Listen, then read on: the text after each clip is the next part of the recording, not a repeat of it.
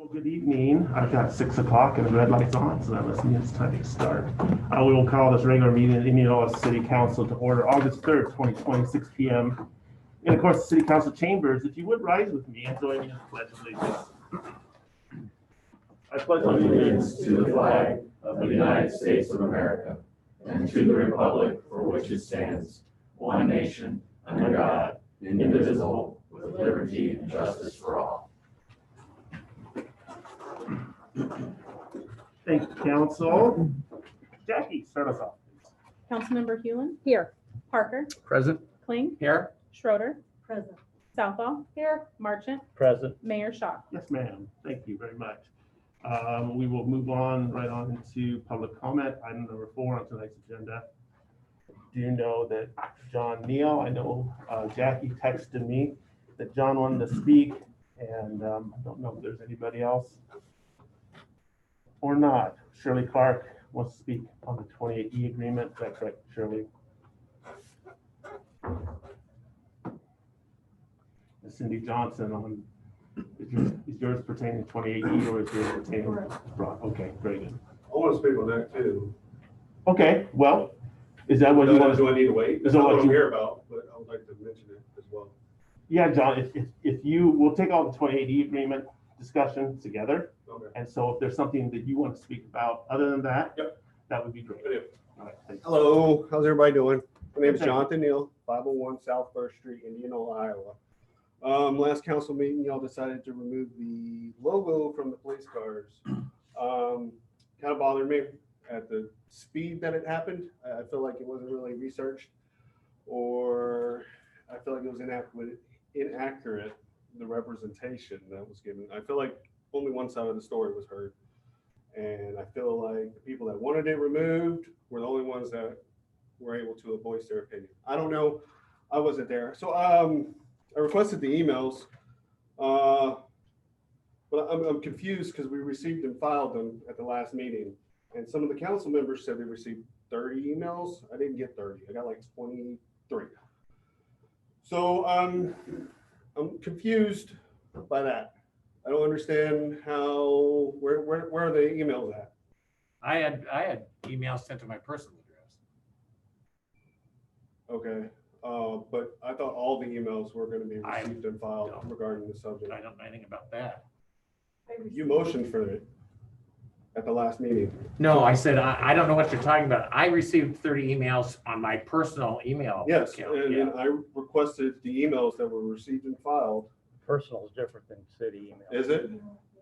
Okay, Nobody's, So I can- here's the deal, nobody requested any from me, so that's why. I don't understand, politics or anything. This is all new to me. I'm just trying to understand. I'm confused. That's why I'm here. So the first thing I did when I was out of town, and I come back and then seen the logo was removed, and it disturbed me because it's the only image of a Native American in Indianola. So I don't see any Native Americans in this room. I don't see any people of color in this room. So it bothers me with the history of colonial imperialism and the history of removing images and stuff. I mean, it bothers me on a core level. So I reached out to my Native American friends that I know personally. I went to war with these people under a moniker very similar to the one of Indianola's police departments, Regimental Combat Team 6. If you look up their moniker, it's an Indian head, just like the one we had. So I reached out to my friends and I asked what their opinion was, if they were offended by the image, and I also asked what their opinion was about the school logo, because that's got mixed opinion on whether it's offensive or not. The eye with the feathers could be removing spirituality from Native American culture. I personally can't stand the logo for the school, but that's my personal opinion. So I asked my friend Woney Jackson. He's a resident of the Navajo Nation. He lives in Window Rock, Arizona. I went on 2 combat deployments with this man to Iraq. We did over 180 patrols in Iraq. I have pictures of him behind a 50 cal. I mean, I love this man to death. So I respect his opinion above anyone else's when it comes to Native American affairs.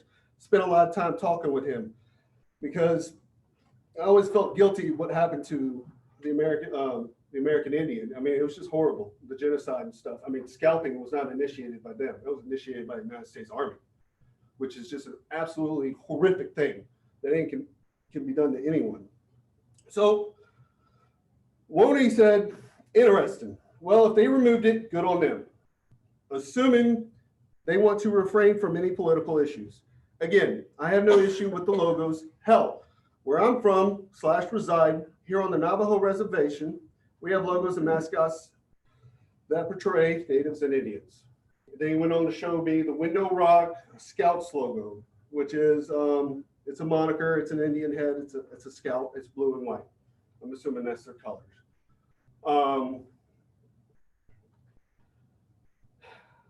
On the Indianola Community Facebook page, there was a poll put out on whether the school should remove it or keep it. 242 people wanted to keep it, 19 people wanted to remove it. Also on the Indianola Community page, Miranda Grace posted a poll about the logo regarding the Indian head off of the police cars. 587 people wanted to keep it, 70 people wanted to change it, and 22 didn't care. I mean, it wouldn't be an issue. Like, it happened so fast, 3 days. I mean, wow, $27,000 is a lot of money to me. In 3 days, I understand it offends people, and I think we should do the right thing culturally to be inclusive and welcoming and be a united community. But it's awfully scary that $27,000 can be spent without without a second thought. I don't understand it. How does that happen? But I don't know. I'm so happy that the ballooners decided to come to Indianola despite the removal or the postponement of the Classic. That's so awesome. But thank y'all for your time. Thank you, Mr. Neal. I would like to speak on the same subject. Yes, please feel free to come up. We do ask that you give us your name and your address, Yes. please. Thank you. Yes. My name is Chris Wolf, and as you can tell, I'm German. So I was not born here, but today I speak for two people. One person cannot be here. Her name is Betsy. She's a Cherokee Indian. She has been subject of harassment and abuse all of her life because of her heritage.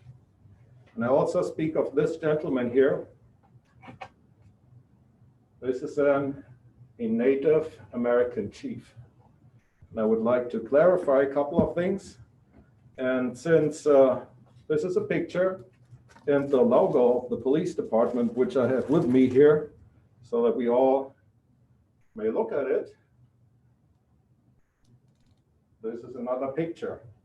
So I decided to speak a little bit in pictures today. Before I start, being German, my family and I have been victims of National Socialism and socialism. Many of you guys do not know that those two are connected. Many concentration camps were taken over by the Russians after 1945, just as a piece of remembrance. However, in my view, there may be a misunderstanding here, because on the one hand, people talk about this logo here being insensitive, and others say it goes perfectly with Indianola. To comprehend the big picture, because once in a while in art, you stand in front of a big picture in a museum, it's like 10 times 10, it's in the Louvre somewhere in Paris or some other big place. You stand directly in front of it, you can see the strokes of the brush, in each of them, and as if like the painter just did it the day before, he's dead 200, 500 years ago. But when you stand like that, you cannot see the big picture. So you have to take yourself a little bit back to see the big picture. So to understand the big, or to comprehend the big picture, this American Indian here, which is basically just the bigger version of this little one here, depicts an Indian chief in its most prestigious headdress. Many people do not know, and my friend Betsy, who cannot be here today, who is of the Cherokee Nation, many people do not understand that each feather symbolizes something. It's an enemy of the tribe taken out in the battlefield. This is very important for us to understand. It was predominantly worn for ceremonial purposes. So hunting buffalo, doing your chores, the chief would not wear his headdress. Native Americans are taught to use this headdress and the chief as in a very respectful way. They do not appreciate when we do that, like for commercials. Cereals, something like that, they don't appreciate that at all. Many Christian denominations have this in common with their Indian friends. For example, you may be aware that the Bible teaches in Exodus 27, you shall not use the name of the Lord your God in vain, for the Lord will not hold him guiltless that uses his name in vain. Also, you're not supposed to make any pictures of Jesus, the Trinity, or the Lord. However, probably likely that we have some Catholics here, and I was raised Catholic too. There are many paintings in Catholic cathedrals all over the world depicting Jesus, the Lord, the Trinity, Mary, Joseph. On the other hand, other denominations, for them it's should be strictly avoided because the Bible says do not do so. However, all of them have one thing in common: Jesus is their highest priority in their lives. The Indianola Indian Chief logo has a lot in common with our Christian faith, I think. A senior warrior of a tribe is first of all brave. He's strong, he's wise. He risks his own life for the public good. He's a great leader of men as well, and he adheres to a proven system of honor. Why is that important?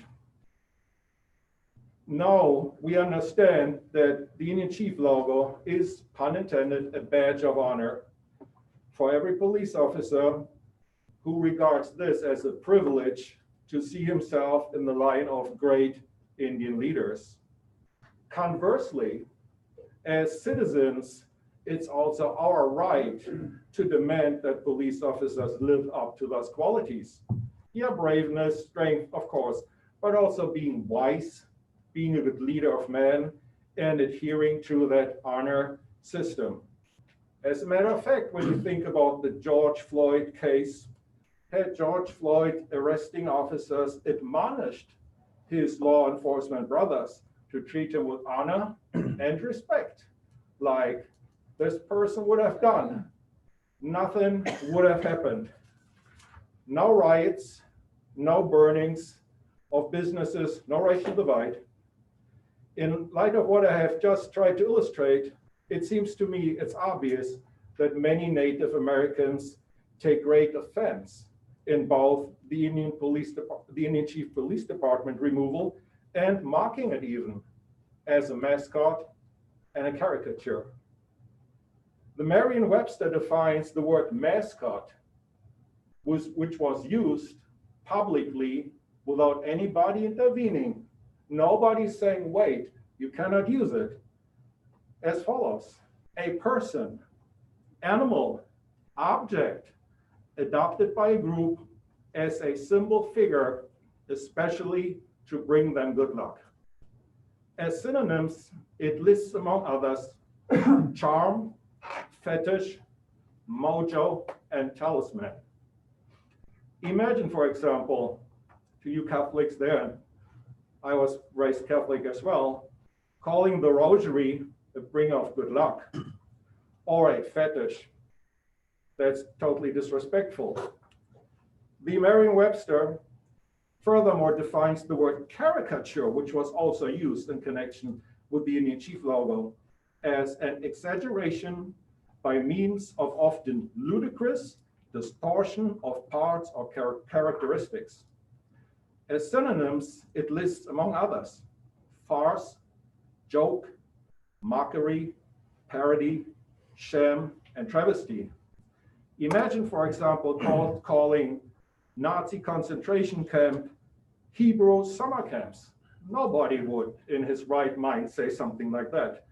However, this is sadly exactly what happened. And for those of you who think you cannot compare the Indians to the Jews, yes, you can. My friend Betsy still is so much affected by having been subject to harassment for being an Indian. She got sick today. She got sick so that she could not talk. And we talked, we visited, and she said, I'm not sure if I can make it. So this shows you how far it goes. So in my view, and in the view of many American Indians, the logo was removed in a way that many call unethical or even unconstitutional by the same government which forced the Native American ancestors to walk that very trail of tears.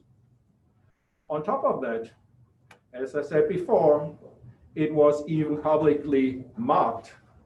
While no elected official, nobody stepped in, nobody said, this is not a fetish, this is not a parody. As a German, this is very reminiscent of Germany in the 1930s. In times of lawsuits, such as Nick Sandman versus Washington Post and CNN, which were settled in millions of US dollars, it is simply imprudent to risk any of that. You estimated that probably creating a new logo and replacing the old Indian logo would approximately cost the city $27,000.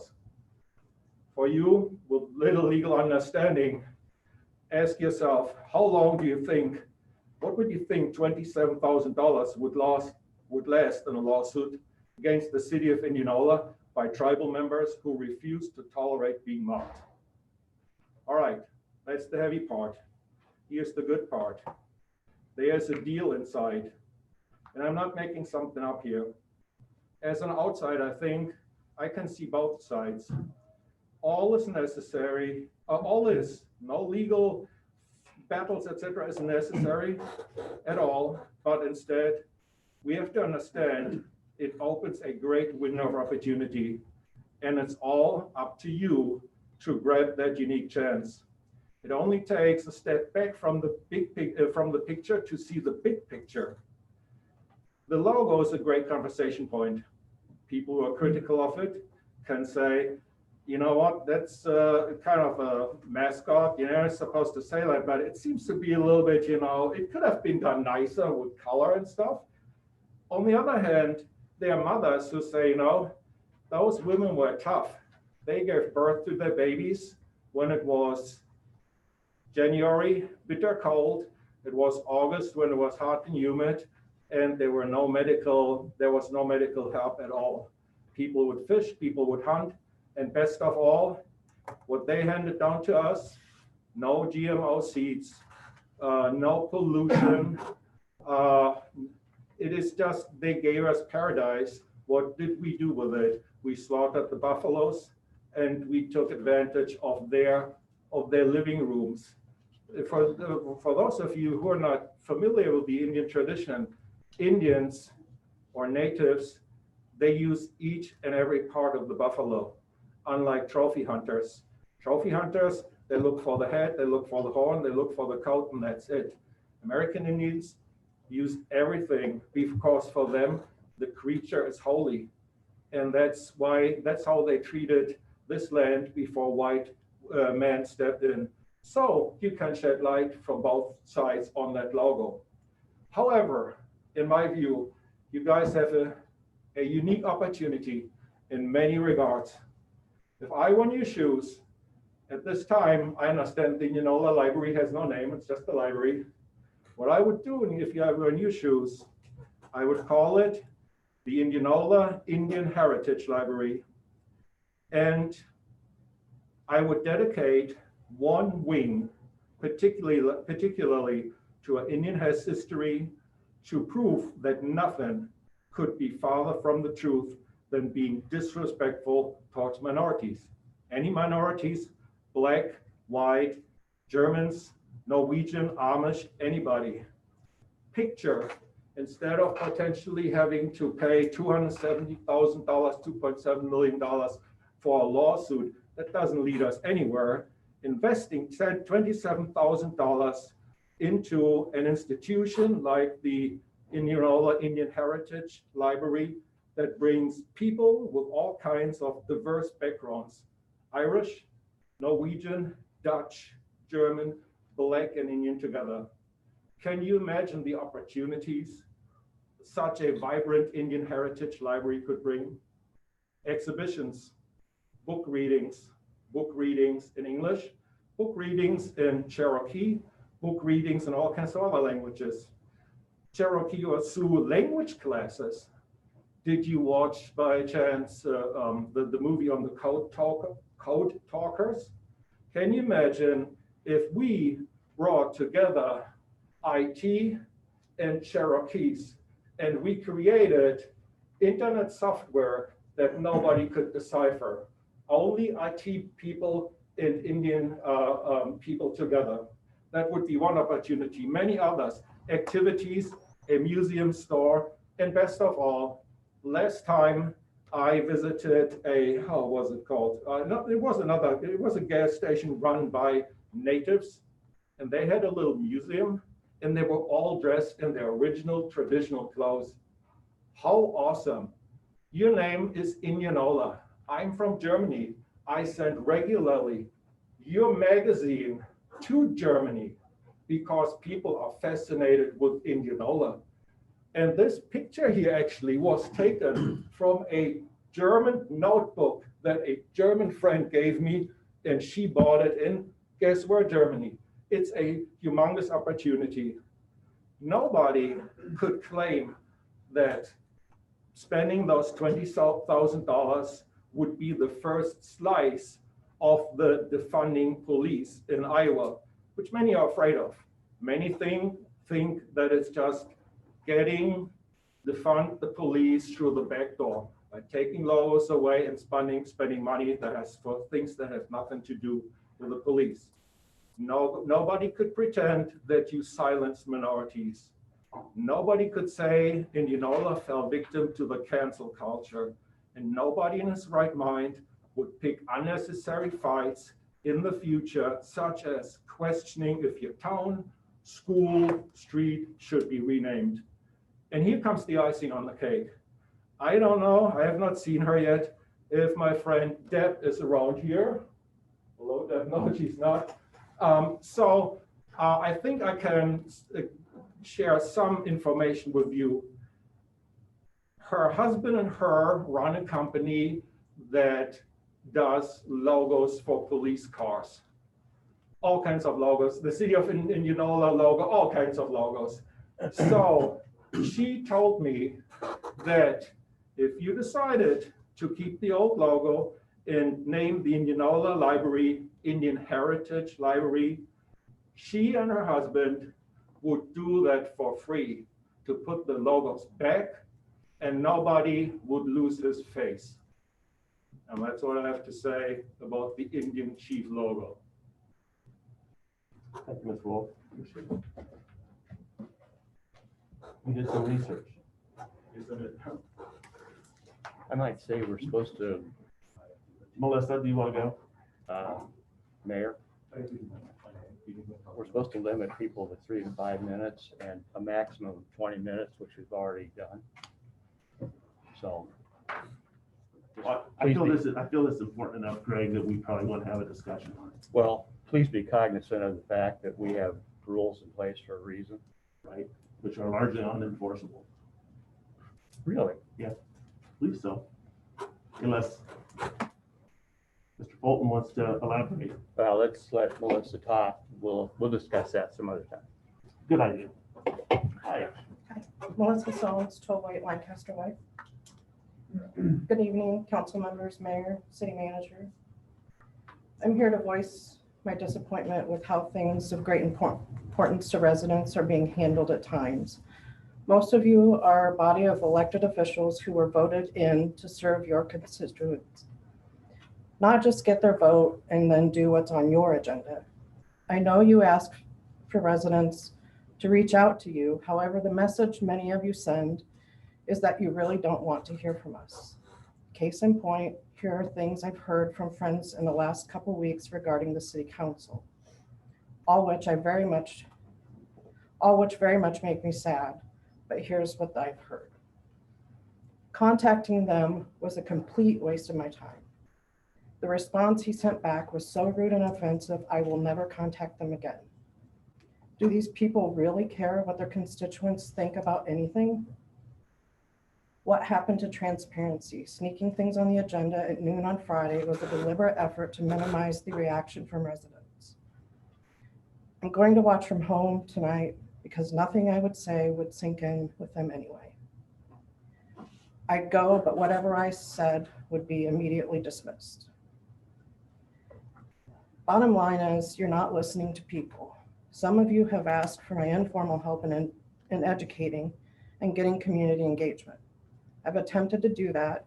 However, when I hear things like what I just mentioned, it's becoming more clear that no matter what points are brought to you on what issue, oftentimes your mind is made up prior to you even coming into this room and hearing people out.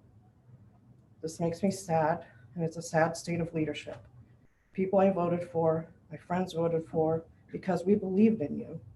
You had this and believed that you had the city of Indianola residents' interests first.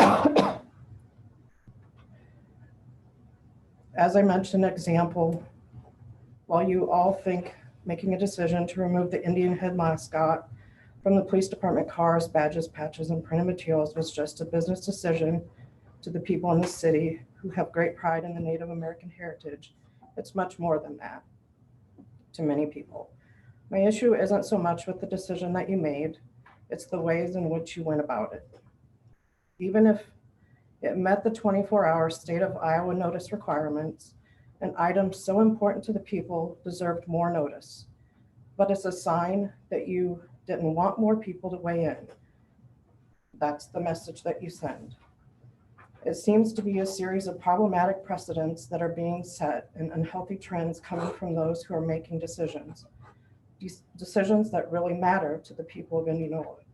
It goes back months, if not years, and it's a dangerous trend to continue. You ask for community engagement. However, the message you send with your actions is that you really don't want it.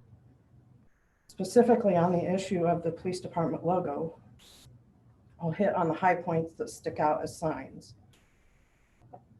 The item was added to the agenda and notice was received by people at 11:50 a.m. Friday, July 22nd. Giving little time to react, especially given the fact that many people spend the weekend with their families. So many received the notice on Monday, if at all. This happened to coincide with the school board meeting, which was discussing a significant topic, the return to learn plan for this fall. Parents were focused on how their children are going to be educated this coming school year, and unfortunately were forced to prioritize issues important to them.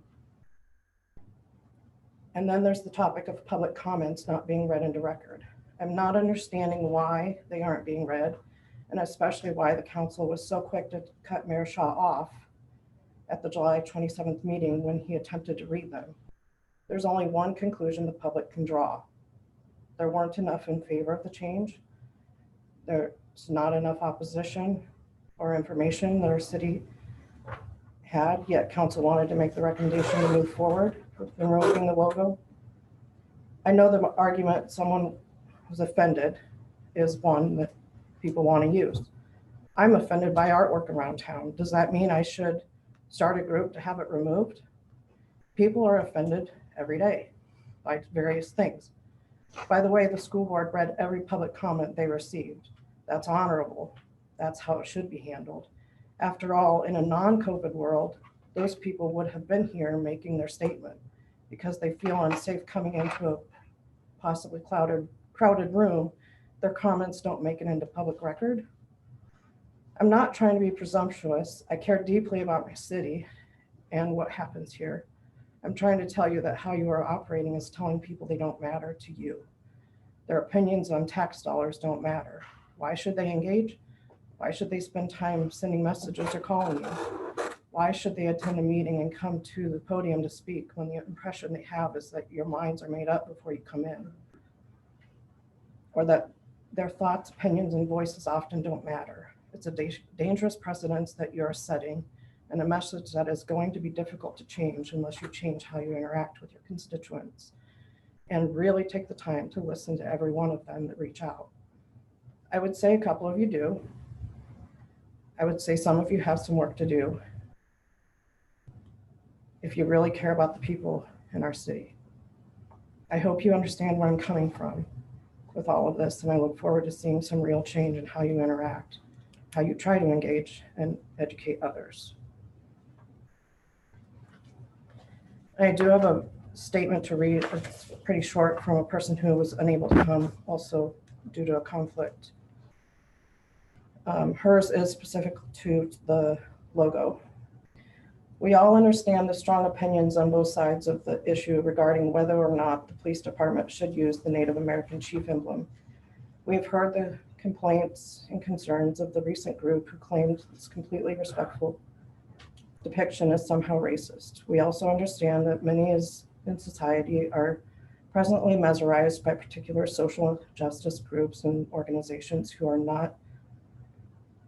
who they promise themselves to be. And city, state, and federal governments are quick to respond, mistakenly thinking it's enough to appease the loud voices, calling everything racist and doing all they can to erase history, culture, and heritage, all of which is diversity. First of all, every time the government has spoken for Native Americans, the natives have gotten robbed of their land, their dignity, and their existence. As each offensive image is washed away, so is their very history and fabric of their story unravels even more. In addition, Native Americans are today's target. Who or what is next? As we see on the national level, each time the council culture gets their way, we find out it's not enough. Why? Because it is never enough. Pay attention to the world around you. This problem is everywhere. In Indianola, Native Americans, Indianola Police Department, and the citizens at large were blindsided and robbed of their input on the matter, despite arguments based on decisions made 25 years ago. This is a present day issue and should have been given genuine thought and public participation and vote. This is even bigger travesty, government overreach, and a self-governing council who thought their votes didn't need more than a 24-hour notice on a Friday afternoon. Legal, yes, but morally corrupt on such a larger issue. Indianola should stand apart from the present volatile atmosphere of ad hoc decisions based on fear and false claims. This present style of bullying elected officials and those officials knee-jerk reacting needs to stop. No to removing history left and right on a whim, especially when it's only certain histories. True diversity adds, it doesn't take away. Is that an Indianola resident? Yes. Can you give that name? Actually, it's not an Indianola resident, it's someone who works here. Right, what's the name? I'm sorry, What's the name? Michelle Snyder. Thank you. Thanks, Ms. Summers. Appreciate it.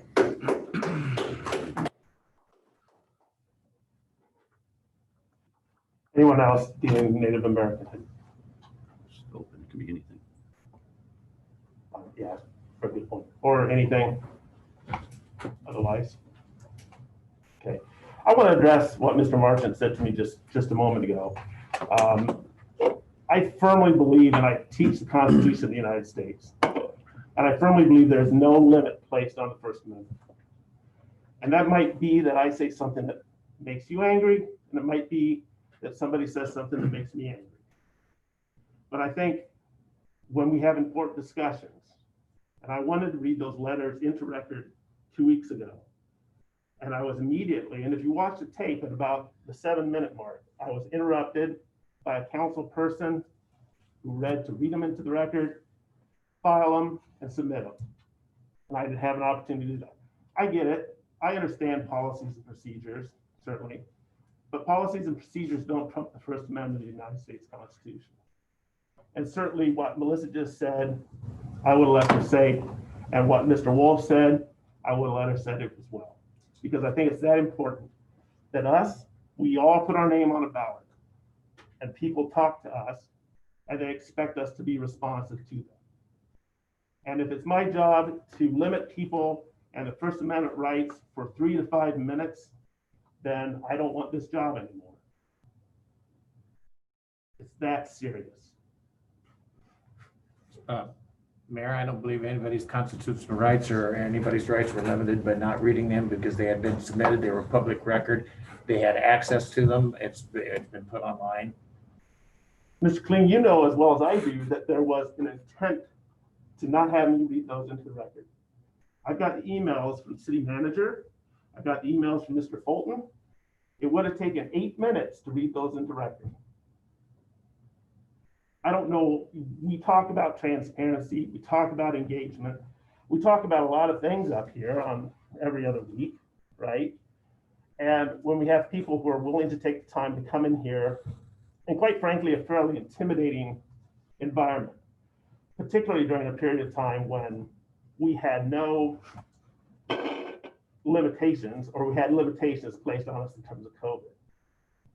So it takes a lot of guts for people to walk in here. And I think there's a tremendous, to what Ms. Sohn says, a tremendous chilling effect when we mention that we're going to limit somebody's conversation time to 3 to 5 minutes. And that's why I didn't sign the policies and procedures document. Right. And you can laugh, John. Right. You know what? Every public organization in the United States limits it to 3 to 5 minutes. Where the heck do you think that came from? You can't just go up and speak unlimited in the Congress, in the Senate maybe, but that's it. Senate. You can't in the Senate. And I would venture to That's what I guess. said, except for the Senate. You can't just go in. There's nothing wrong with that. You should be able to get your comments made in 3 to 5 minutes. Now, I want to step back. You brought up the word transparency because I've been really frustrated with that. What do you call transparency? We have every vote is open here. Every conversation we have is open here. You tell me how that's not transparent. Well, the transparency, John, is to allow people to talk. Yeah, people do talk. We read every single one of those comments. No, you did not. Yes, I did. That, I read every single one of those comments we received. They were all passed forwarded to us. Yes, we did get them. And those are directed to us at council. That's public record. And then if somebody asks for them, they can have them. I guess I don't, if you go to a public hearing at the state legislature, they receive and file those as well. Not everybody gets up and speaks. There's a limited amount of time for that. I understand that, John. I have a real problem with what you were ascertaining there, that we're trying to hide something. I didn't even agree with the change. I don't agree with it. And yet, but you're trying to, I'm sorry, I have a real problem with that. And you know what? We have rules for a reason, because otherwise you have mayhem. And Mayor, I brought that up for the same reason. Early on, I brought up about the consent agenda and reading the consent agenda.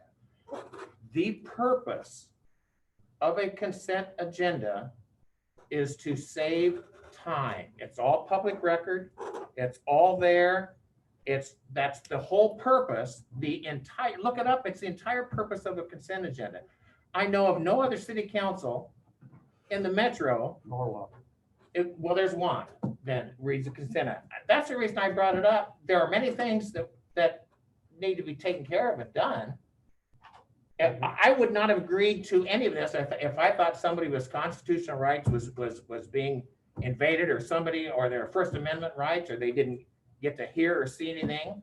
I don't know what else, I don't talk to anybody about how I'm going to vote. I don't know what they want me to do to be more transparent, because I'm as transparent as I can be. I'm out there. I mean, I don't know what this whole thing of transparency really gets me.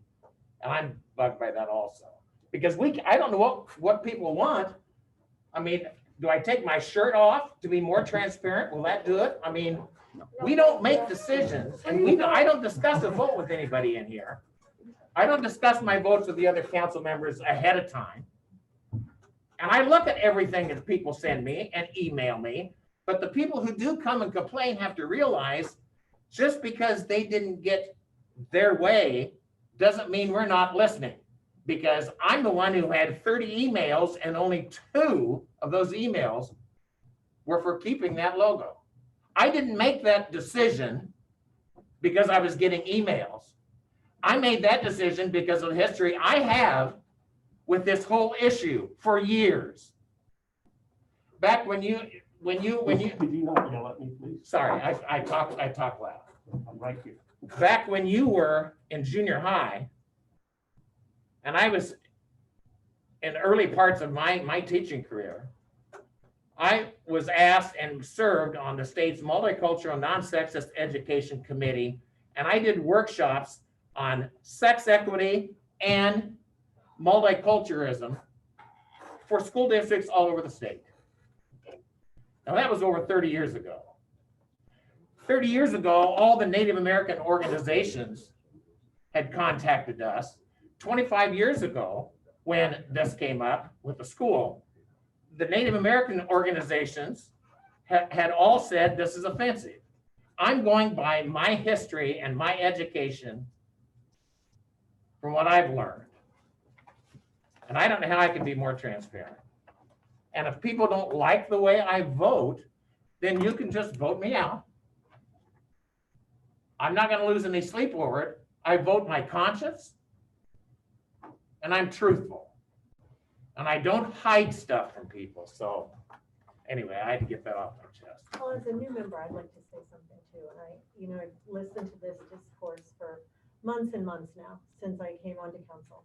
And we've discussed it over and over. And there are a lot of things I am not going to get into. But the one thing that I would like everyone to know is that we don't discuss our votes ahead of time. We can't forward emails amongst each other. If you got 30 emails, Bob, you can't forward them to me and everybody else because that violates open meeting law. So we share some, we don't share all. I didn't see all of Bob's emails. He didn't see all of mine. Mine happened to be a 50-50 split on the logo issue, for and against. But the thing that I want people to understand, and because I think I bring a fresh perspective and a fresh set of eyes, I couldn't possibly come into this meeting and learn enough during the meeting to make an informed, intelligent vote. I would be shooting from the hip. I have to have the information ahead of time. I have to study it. Sometimes I call one of the council members not to see how they're going to vote, but to see what they think and what direction they lead. Ryan and I meet. Ryan meets with other council members. It's not something that we can come and have this kind of hash out every night. We would be here all night. And frankly, I think people would get tired of hearing the anger. It shouldn't be this way. And if we could just set a positive example in this community, we all are here because we love this town. It's a great place to live. This has to stop. Every meeting, there's somebody coming in with negative things. There's no one coming in with positive things, yet we hear positive all over. People talk to me about positive, but they're not coming in to say those things. It's just the naysayers, which is fine. I'll listen to naysay, but remember that you're not the only ones we're talking to. And we can't make these decisions shooting from the hip in the middle of a meeting, especially when emotions get involved. Or from Facebook polls. I don't look at Facebook. I don't either. So I just would like to remember, personally, I think we should have read the comments last week or last meeting. There are lots of things, that come and go, and it just isn't, it's just not worth being angry and upset about on everything. We're going to make mistakes, but we're going to do a lot of good things. And we were elected, and I feel like I have a lot of support from people who elected me. So again, this discourse of, I'd like us all to check where we're at with all of this. I think we should get back to public comment.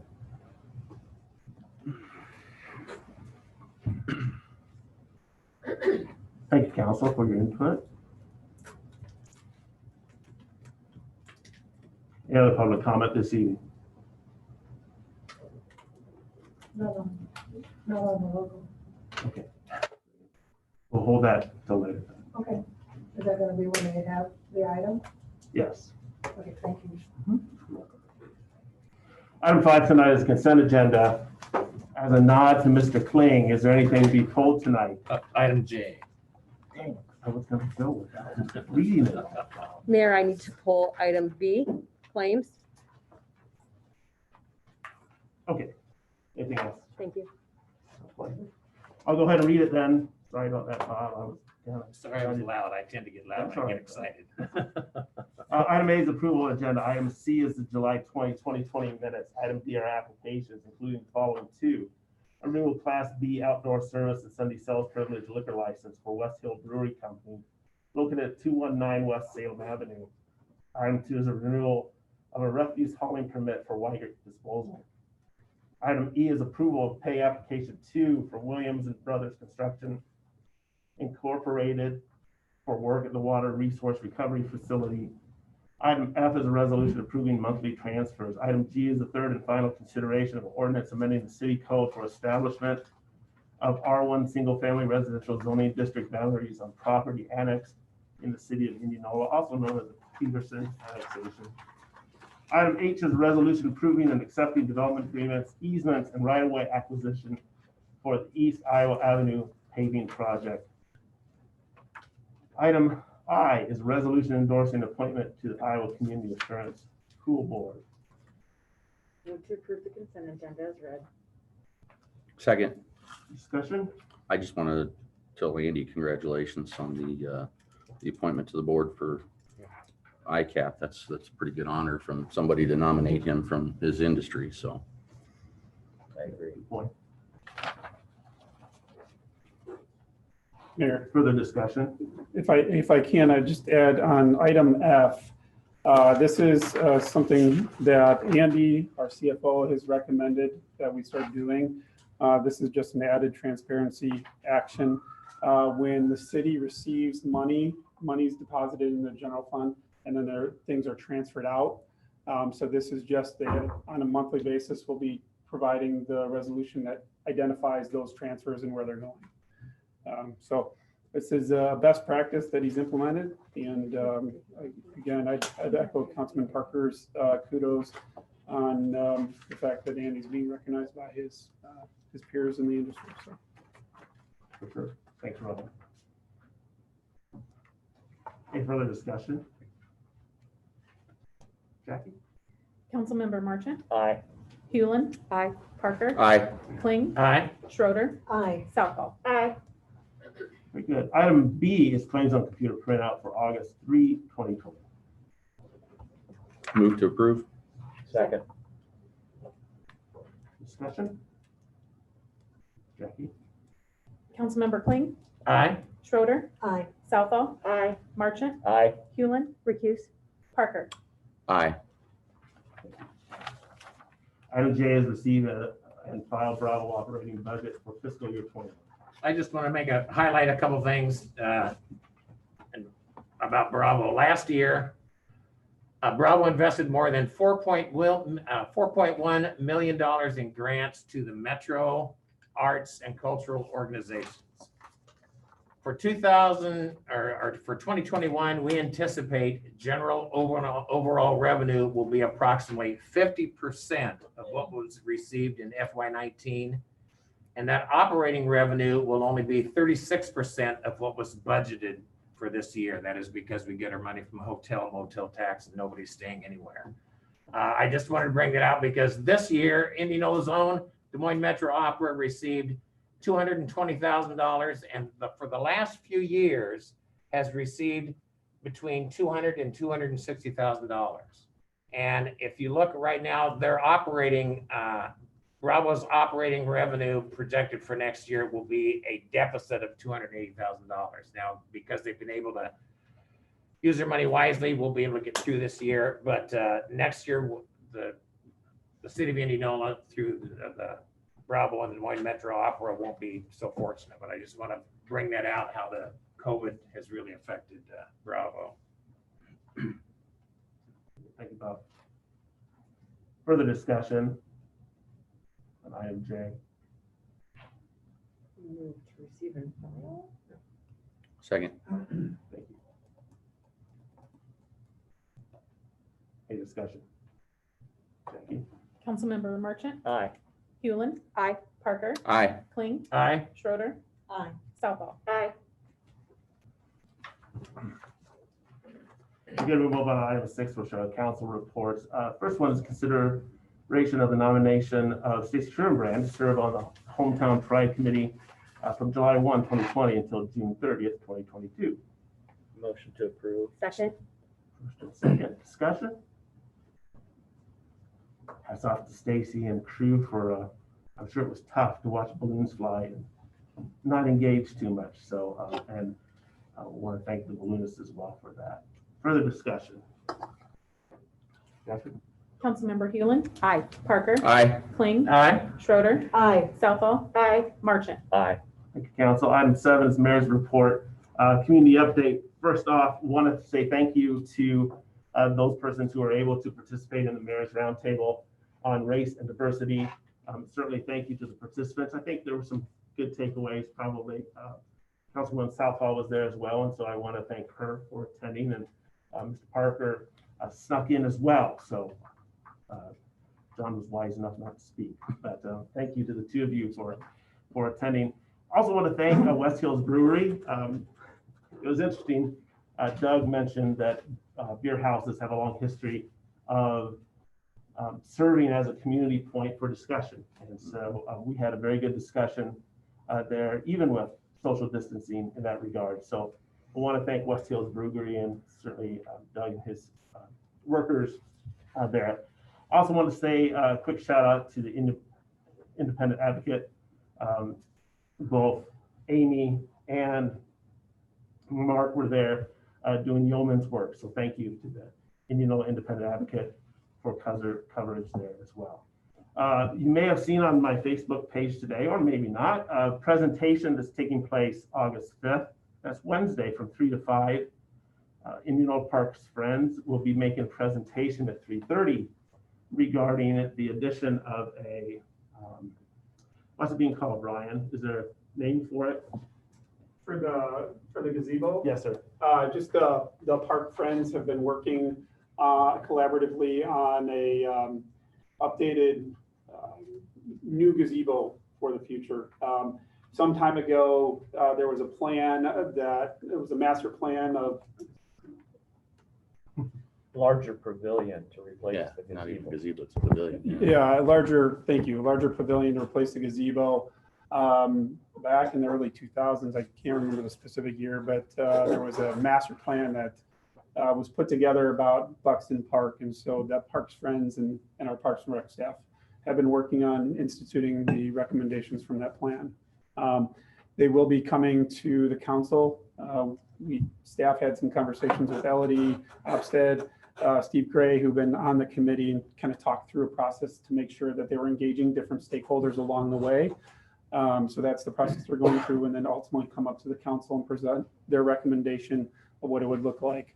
And as part of that, we'd want to make sure that the council formally adopts or endorses that master plan, which really has never been endorsed by the council. So. Good, thanks. So that's 3 to 5 at Buxton, new pavilion at 3:30. Thank you to Indianola Parks Friends, and I know that a number of people have been involved in that, certainly. We've seen, and I've said before, we've seen a number of proclamations from mayors that are non-binding about wearing a mask. Wear a mask, please. Also realize that schools are back in order this week, particularly around Irving and the Simpson College campus in that regard. And so do be careful in terms of driving. That is all that I've got in terms of the community update.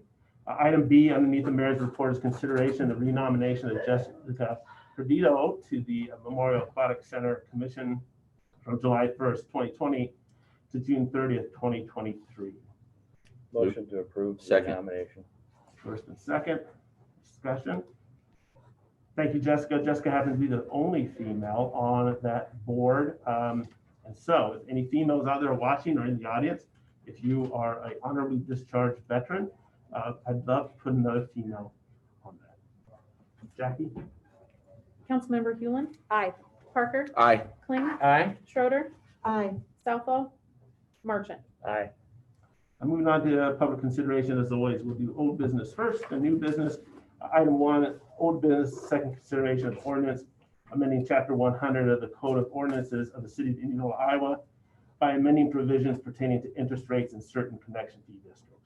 Move to approve. Second. Ron?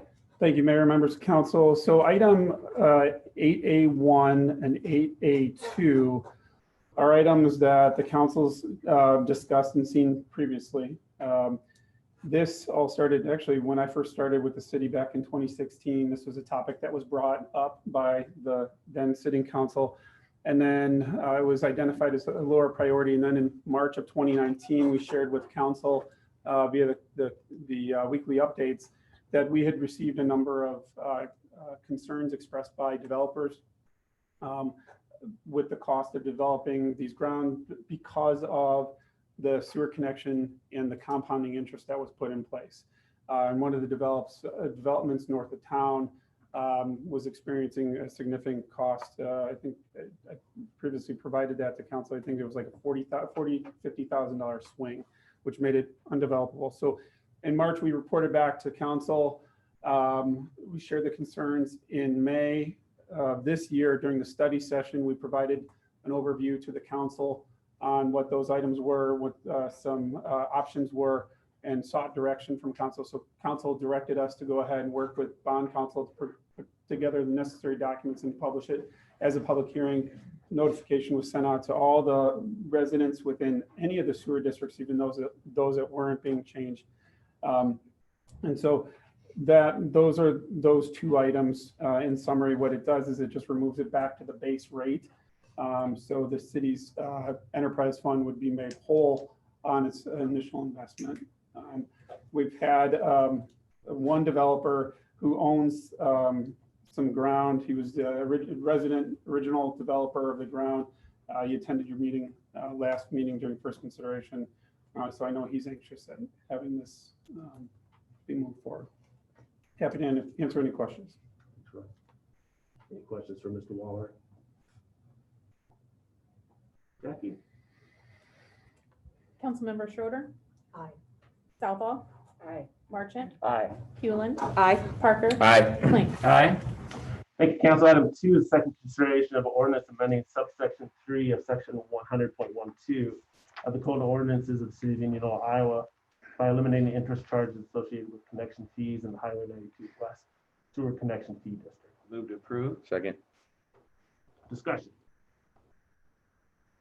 Same comments. Same comments. Jackie? Councilmember Schroeder, Aye. Southall, Aye. Marchant, Aye. Hewlin, Aye. Parker, Aye. Kling. Aye. Thank you, council. Item 3 is first consideration of ordinance amending the city code of the City of Indianola, Iowa to repeal the 3-hour parking regulations in and around the public square and add language related to construction. Move to approve. Second. Ryan, would you elaborate on this, please? Yes. Yes, thank you. So back in June, the city received complaints. The police department started enforcing the parking restrictions that were in existence. From there, we started hearing more and more from chamber members, business owners about the parking restrictions.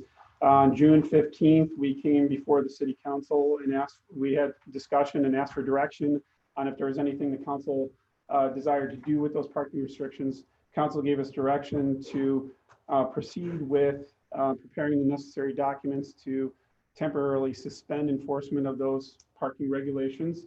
That action was taken on July 6th. Starting though, staff started working with collaboratively with the chamber, business owners and chamber members on looking at what should those parking restrictions be. At that time, the chamber members, chamber hosted 2 meetings on this topic, one to kind of talk through, listen, take their input. All the while we've worked on the resolution that temporarily suspended. And then after that, took back what we heard from the business owners and those that participated in this process, shared that with them, and what we shared with them and what they endorsed is what's before you today, which is to eliminate the 3-hour parking restriction, but then also provide some authority for the police and the community development director to go ahead and designate different parking for those businesses when construction starts occurring on the square. Part of the conversation that we had with the council previously, as well as with the chamber members and the business owners that participated in this, is that we will likely have to revisit parking restrictions in the future once the courthouse is complete, streetscape is complete, and then we start understanding how those facilities are being used, what are the parking habits. So this was a good opportunity to work together with our stakeholders, come up with something that there was consensus around. And then that way in 2, 3 years, when that courthouse is complete and we understand how people are parking, we'll be able to go back and look and reevaluate and see if there's any other restrictions that need to be revised. So 71.05, that ordinance, Ryan, talks about construction parking, also talks about police department or police chief or designee policing due to a lack of a better term for those permits. Do you know how many permits will be handed out? Will be handled on the front end through community development. So when a contractor comes in for any sort of renovation, when they get the permit, one of the things that'll be identified is how many cars you need, for space, and then the designation. So we won't be issuing permits per se, but rather that will be part of their overall building permit. Okay, so yeah, just the wording there is a little unclear to me then. Chief Button and Community Development Director DeSalle and our legal folks from Brick Gentry worked on that. Thank you. Further questions for Mr. Wall? Yeah, if this first consideration were to pass, we're 4 weeks from a third consideration. We're burning up summertime parking. Is there a reason that we want to potentially forego the second, third reading, or is there reasons that we shouldn't do that? Are we waiting for some certain process to come into place? That's entirely up to the council. The resolution that was presented that temporarily suspended enforcement pretty much mirrors this after having conversations of what's in place now is in effect what. So we're okay on the temporary until this Yeah. comes effective. So Okay.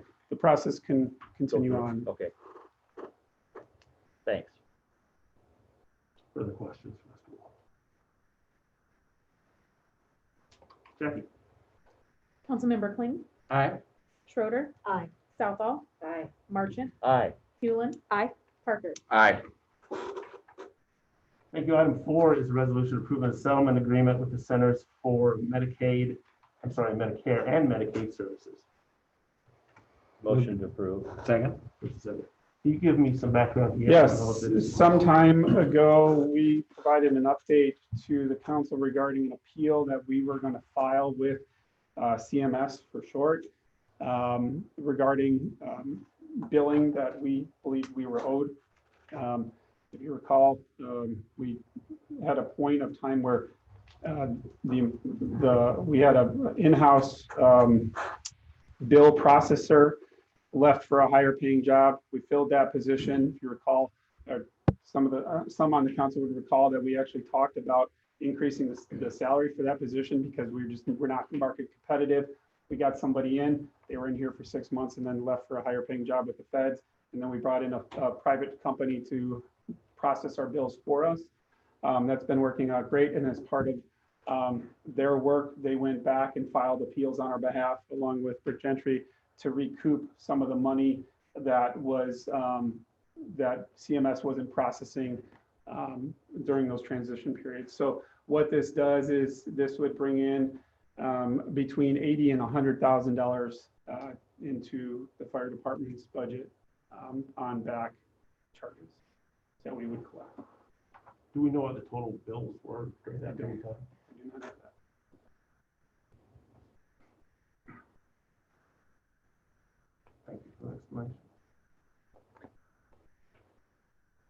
Further questions?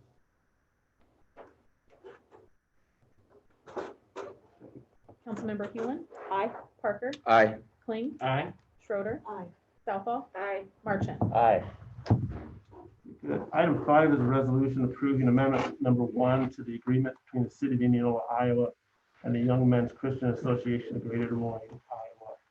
I see a number of persons who are involved with the Y. You're all welcome to speak if you would like to. Mayor, I have a presentation. Would you prefer that the members of the public speak or those wanting to speak, or do you prefer the presentation first? Presentation's great. Okay. Let's set this up.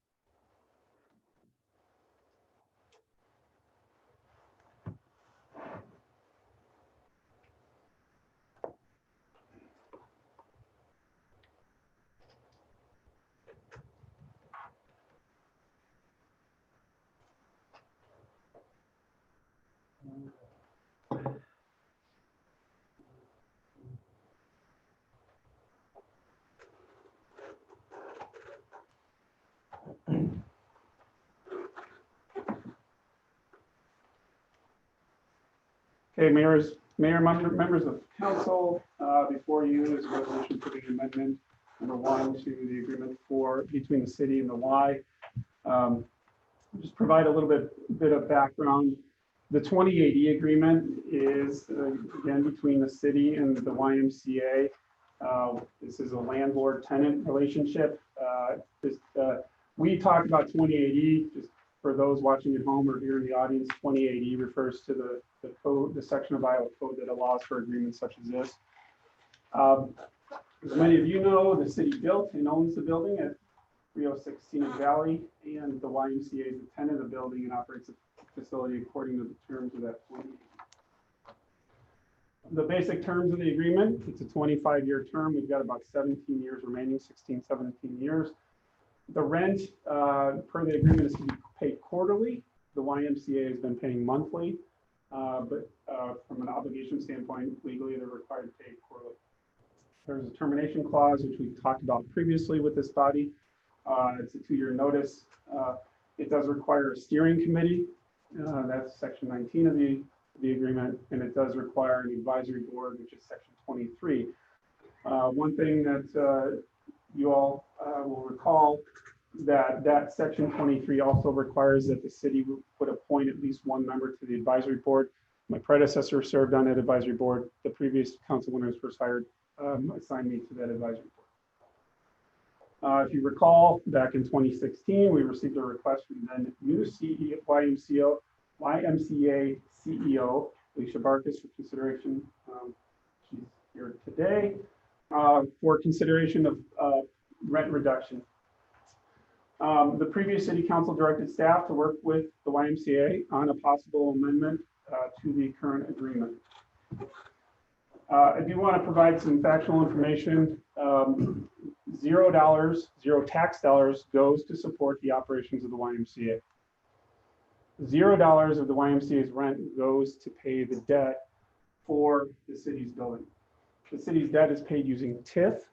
Back in 2015, the city certified the entire debt for that facility, which is why we have the fund balance in TIF that we do. We've talked about that previously at budget meetings.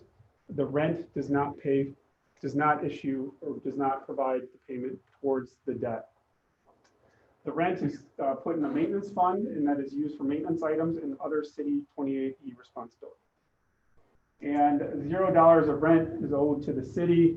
YMCA is up to date on all rent owed. That was discussed at a previous council meeting a couple weeks ago. And that includes the rent deferment at the start of the pandemic. And again, the 2080 requires them to pay quarterly if they've been paying monthly. So really, in all reality, they were never late.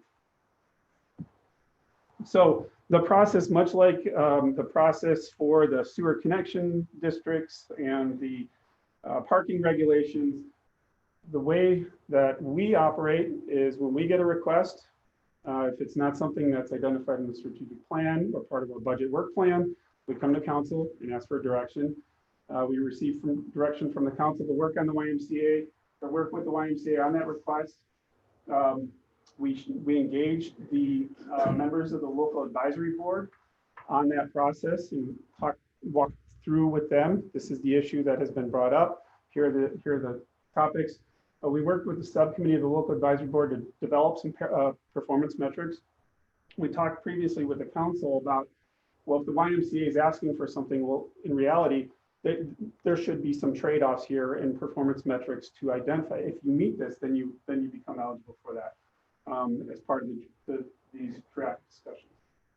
We met with the YMCA CEO to review and discuss these metrics. Mike Becky, who is the vice chair on the advisory board, was part of those discussions.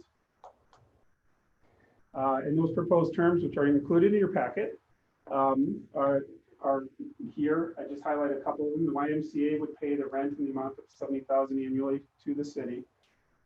In order to qualify for that, though, the YMCA must meet specific performance targets. I've identified just a couple of key ones, and the ones that I've identified are key because they are meant to ensure that the city's investment is in that building, because we are the landlord, that investment is protected. So these are items that the advisory board had identified over the previous years of issues that they've had concerns with. So work with the city, the advisory board, to develop a capital plan, provide annual repairs and maintenance, to provide the plan by September 1st, and then have the CEO come and give a presentation. Actually, Alicia has already asked when she can come in on September, so look forward to that on the agenda. In addition to that, the YMCA would be responsible for taking care of all the snow removal. Currently, the agreement says that the city would do that. That costs us about $30,000 annually. That's just for the snow removal. That doesn't account for all the staff time dedicated to going out and bidding out that service, which does take some time. And that the money for this activity comes from the Wellness Fund, which is funded by the rent payments and Warren County. Andy had identified previously that the county committed $10,000 annually to this fund as part of a Vision Iowa grant. So the snow removal, that cost is coming out of that maintenance fund that is funded by the rent payments and the county's contribution. So that's not an expense that this fund would bear anymore under this proposed terms. Clarification of the definition of pool. In there, it says the city would be responsible for the replacement of pool. We talked about this previously at a council meeting. I believe it was in July of 2019. And so what this does is this just clarifies pumps and pools and identifies that the city would be responsible for its responsibility under only if a certified mechanical engineer identifies and certifies that certain systems are at their end of useful life. And then failure to meet any of these certain performance targets would mean that the YMCA would be required to pay an additional $13,000 per target. So after we talked to the CEO and kind of came to an agreement on some of these proposed terms, we went back to the subcommittee of the advisory board, they reviewed and supported those terms, took it back to the local advisory board. They reviewed and supported those proposed terms, took it to the steering committee. They reviewed those proposed terms, and here we are today to present to council. Now, there's been some discussion about the use of the facility. This came up when our community and our county was going through where to put the courthouse, and that was a subject of discussion. Well, the bonds used to finance the construction of this facility stipulate that it is required to operate as a 501c3 leisure facility. So the options for operating it is another not-for-profit or the city. Those are really the two best options. Now, S&P Global, industry leader in economic impacts analysis. They do bond ratings for municipalities and others. They identified leisure facilities as one of the most impacted by COVID. And I tell you that because trying to get another not-for-profit in there would be extremely difficult. And as we were going through the work with the Sewer Connection District, the firm that was helping us do some of the data analysis, PFM, helped us look at data from the YMCA pre-COVID to identify what would the city be required to spend if the YMCA gave us a 2-year out and the city was required to take on that responsibility. And so instead of having a tenant pay the city to use the facility, the city would have to come up with an additional, it's estimated an additional $300,000 to $500,000 in revenue to break even. So that concludes my presentation on the topic before you. Happy to answer any questions. The question, so who's on the advisory committee? Who's on the steering committee? How long did they work on this? And do we know of any of the other options that they considered? And we want to make sure we are clear here so there is no assumption of pre-decided. The local advisory board, the folks that are on the slide here, these are the folks that were on the advisory board when this took place.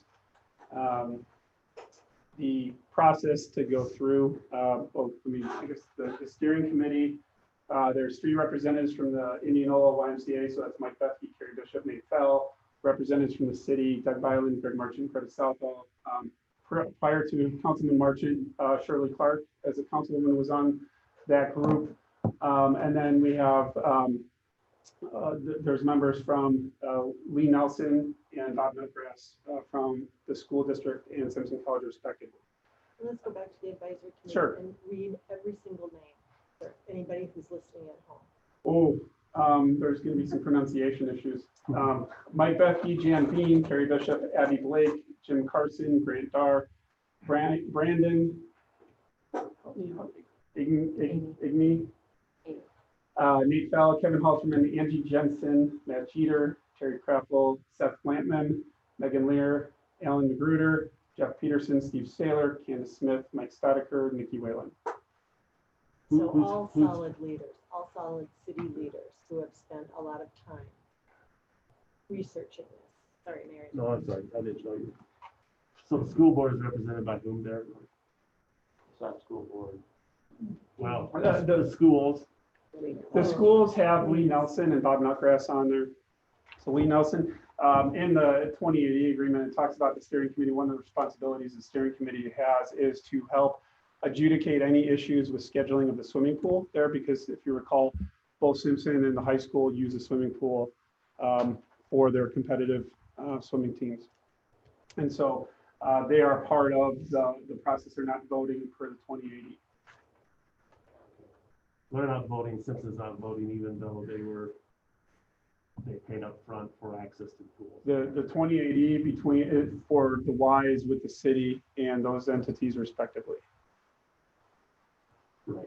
In your memo, I noted that you said that they were at the table, so I just wanted to know who was at the table. The steering committee was briefed throughout this process in 2019 as part of the status of what's going on with the 2080, the request, and the process.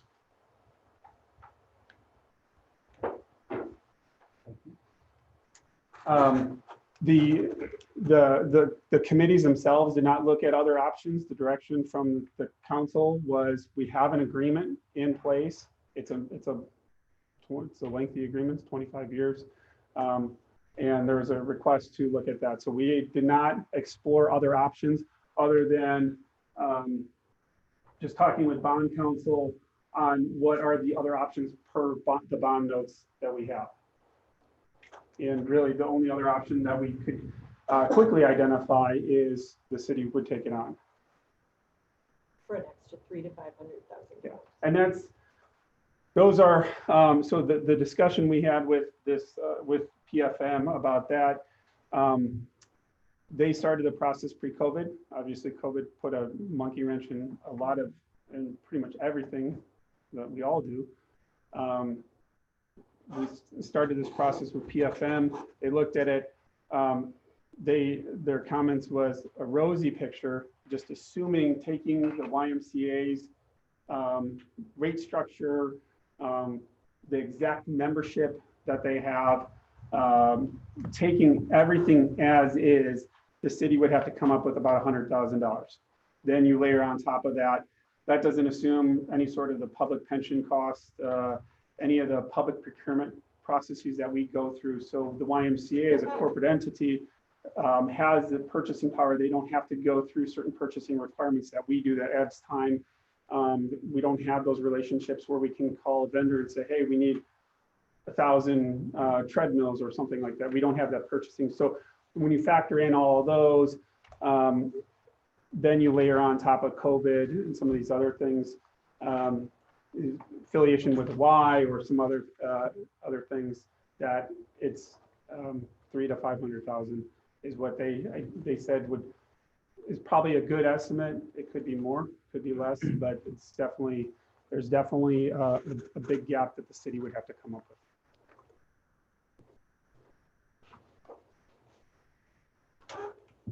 Question for Ryan. I've got a handful of them, but I do want to let those people who've been waiting to talk to have their moment to speak.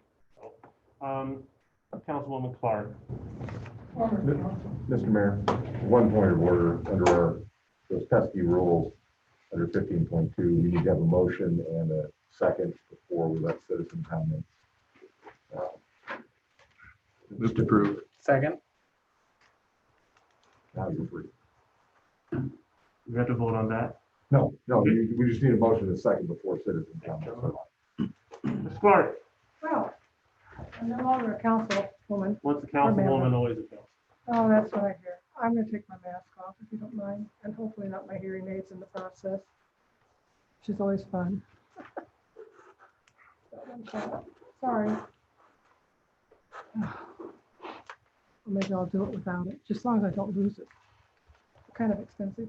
Greetings, council members, Hewlin, Parker, Kling, Schroeder, Southall, Martin, and Honorable Mayor Kelly Shaw. Sorry, Kelly. I am very nervous tonight because I remember now Bob's affirmations during council while I was on. So, Bob, be patient with me, please. Okay, thank you. Tonight I come before the council to speak about the 28E agreement and have some questions to ask. Well, I know that some of you will turn off your listening devices. I hope that perhaps you will at least respect that I am here as someone who was on council at the time the vote was to move ahead with the YMCA took place. I also would hope in the memory of Bob Kramer, the council member serving on the council, who admittedly supported the building of the YMCA, he continued to state that he wanted to be sure that it was self-sustaining and not to become a burden on the taxpayers. While I know the council will not answer questions, I hope that the city manager will. My first question has already been answered because it was how long was the agreement for, and he answered that in his presentation, so I'll skip that one. My second one is there a review date to stipulate to return to the current level of payment? In other words, There is not. there is not, okay. Number 3, does the 28E agreement identify the buyout amount? And if so, at the end of how many years? The 28E stipulates that at the end of the term, the 25-year term, the parties have the ability to extend for another 28 years, or that the city can convey the property to the YMCA for $1. Okay, so that leads me to number 4. If the buyout remains at $1, wouldn't you think that the amount should be reflected on the reduced payments over the period of the 17 years? I'm sorry, I don't understand. Okay, if their payments are being reduced to 175 plus, I think it's more than that, but I don't have the exact number. And the years today through the next 17 years. I mean, obviously it was set at $1, or the payments were set at the amount of the bond issue at the time it started. So there was an assumption that the city would have regained the money that they paid in the bonds.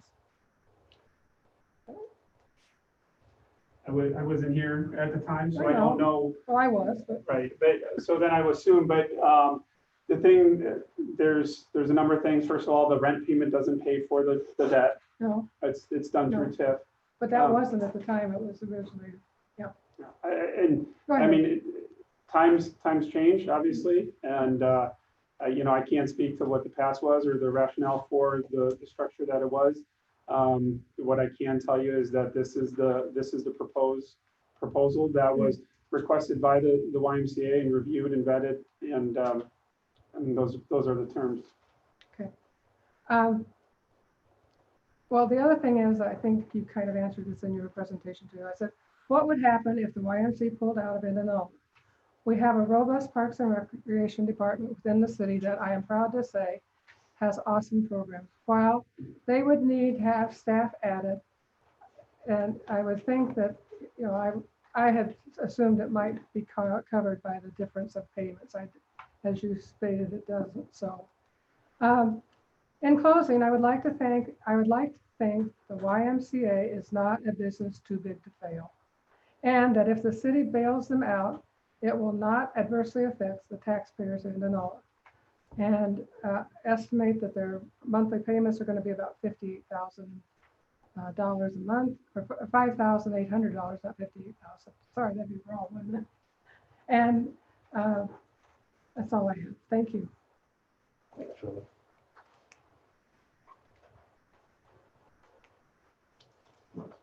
Cindy? Go ahead, Cindy. I can turn the pen up. No, I don't. Okay. Cindy Johnson, I live at 309 North 16th Street. And I've been here before to talk about the Y, no surprise. So deja vu. Been here before, broken record, been there, done that. Even Britney Spears says, oops, I did it again. About a year ago, the CEO of the Des Moines Y came down to Indianola for a fireside chat, during which she tried to address the financial issues of the Indianola Y at that time. Here are some of the facts that came out of that discussion. The Y has never broken even since they opened in 2013. The association has had to give the Indianola Y a cash infusion of about $170,000 every year. 2020 had projected a loss of $161,000. The then current financial situation was not sustainable in the future. It seems that nothing has changed. And a year later, we are where we were, talking about the same financial issues at the Y. So correct me if I'm wrong. And Ryan corrected one of my points already, but we have learned that the Indianola Y has not been making their equipment loan payments. In fact, one of the metrics I think in there is to make sure that they do make the payments to People's Bank and retire that loan in 2026. I know if I didn't make my loan payments on my equipment, it would have been repossessed a long time ago. The city gave the Y $126,000 for maintenance and repairs. And now the Y is asking for rent reduction, in which the city council is proposing to give them. So let's put their rent situation in perspective. During their first year of operation, the Y paid $2.69 a square foot. Second year was $3.36 a square foot. And year 3 and after was $4.13 a square foot. Now the city wants to offer them a rent reduction of 70%, which equates to $1.17 a square foot to operate, which is absolutely absurd. The cheapest rent you will find in Indianola is about $5 to $6 a square foot.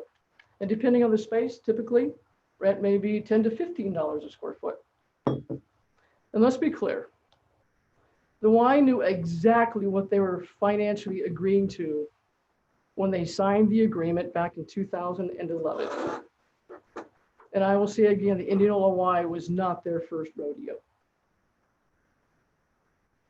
The Y facility is only 7 years old, is a 59,528 square foot building that outshines any of the other fitness buildings in town.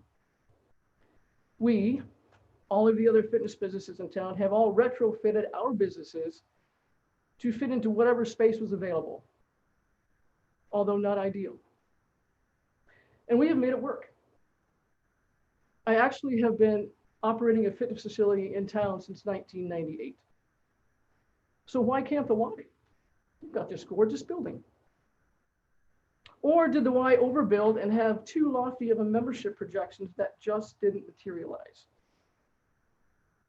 So memberships are the lifeblood of any fitness facility. We're all competing for the same fitness dollar using the amenities we have to offer. And it would only make sense that the Y would win in the membership battle based on the pool, the gym, the walking track, and all of the space for equipment and program space. The Y has stated that they have a solid membership base and that membership saturation in the city of Indianola is high. What were they counting on that didn't materialize were the surrounding communities and rural areas buying memberships.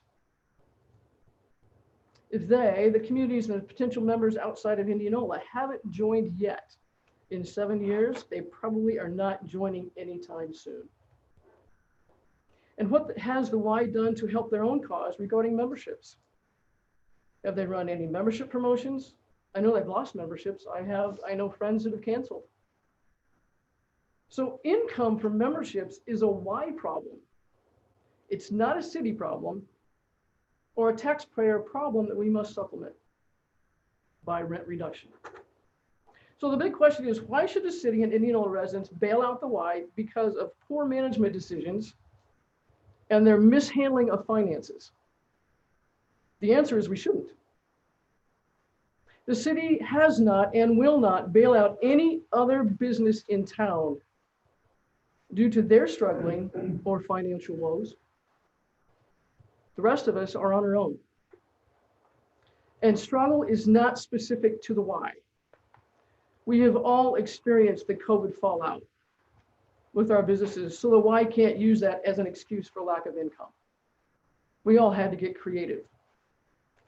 And when it comes right down to it, my city is bailing out my competitor.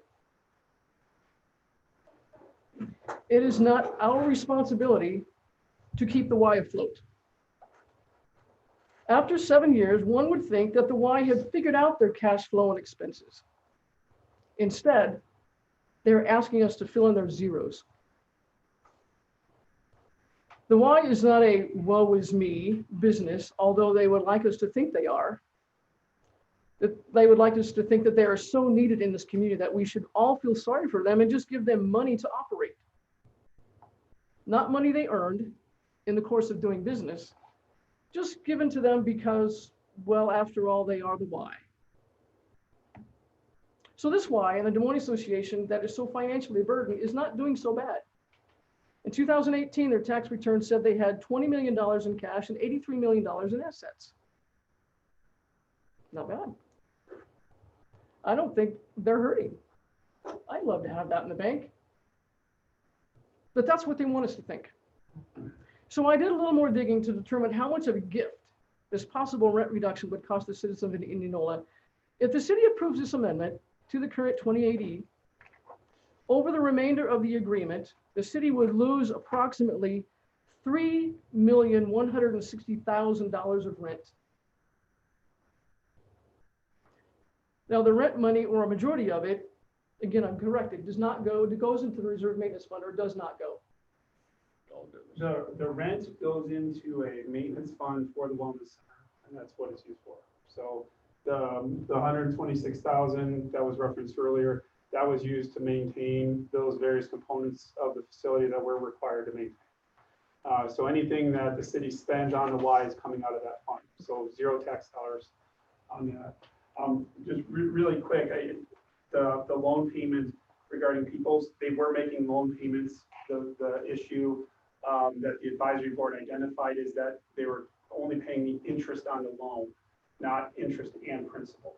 So that's where that performance target comes from. So it's not that they were not skipping their payments. They were making their payments. They just weren't making the principal payments as well. It was just interest. So have those been accelerated, so to be completed by 2026? Yes. And I know one of the metrics too is to purchase new and update their cardio, but they haven't paid for what they bought 7 years ago. They have, as part of the budget, they've been, this budget, and I believe this last budget, incorporated set aside for those new equipment replacement schedule. That's also one of the performance targets, is to come up with a replacement schedule. So if the money doesn't come in like the Y agreed to pay, the taxpayers will, this is my opinion, but taxpayers will pay for a building that the Y gets to operate for almost close to nothing and operate business as usual while they send their money off to Des Moines. So how is having the Y in Indianola benefited the city of Indianola?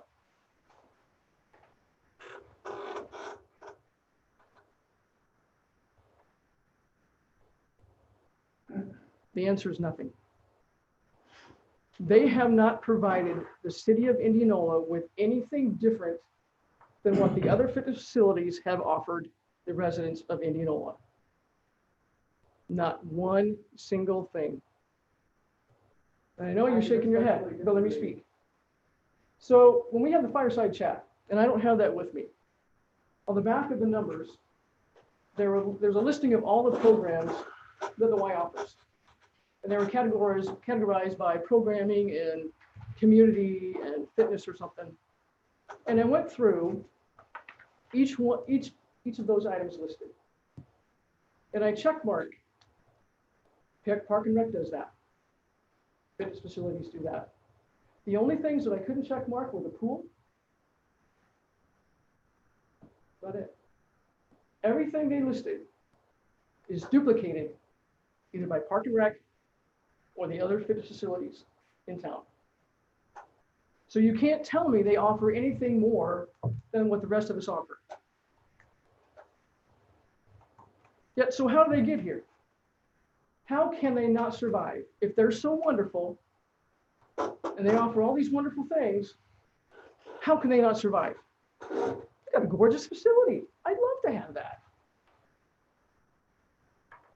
Mismanagement,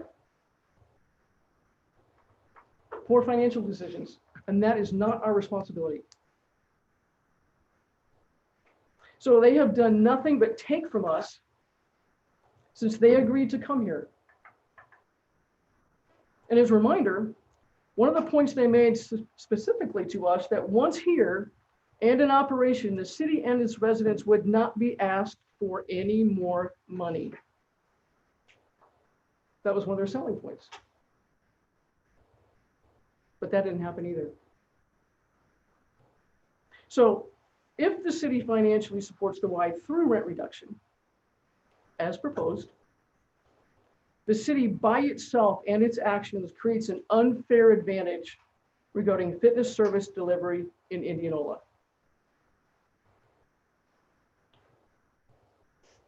Now, I've been battling the Y since 2003 when it tried to come to town the first time.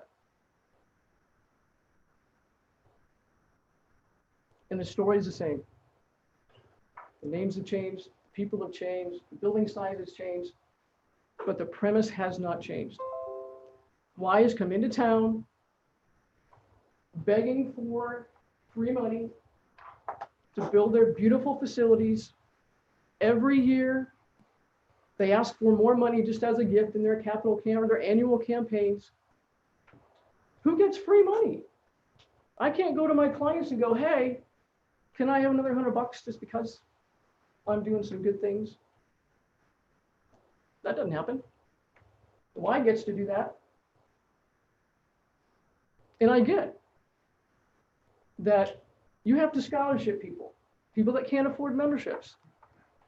But fitness is not a right. It's a privilege. You don't have to belong to the Y if you can't afford it. Fitness is free. Here I am as a personal trainer owning a personal training studio saying fitness is free. Go out and walk. Go out and ride a bike. So fitness is not a right. It's a privilege. And I wrote down here, what if they don't meet the metrics set? We give them more time. How many chances do they get? The proposed terms stipulate that if they don't meet the metrics, then they're required to pay an additional $13,000 per metric. Sorry, but big deal. At what point do we say enough is enough?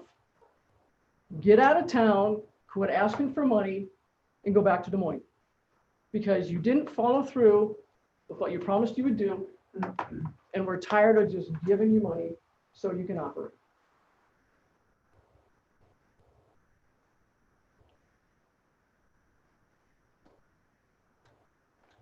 That's all I have. Thank you. Ms. Johnson.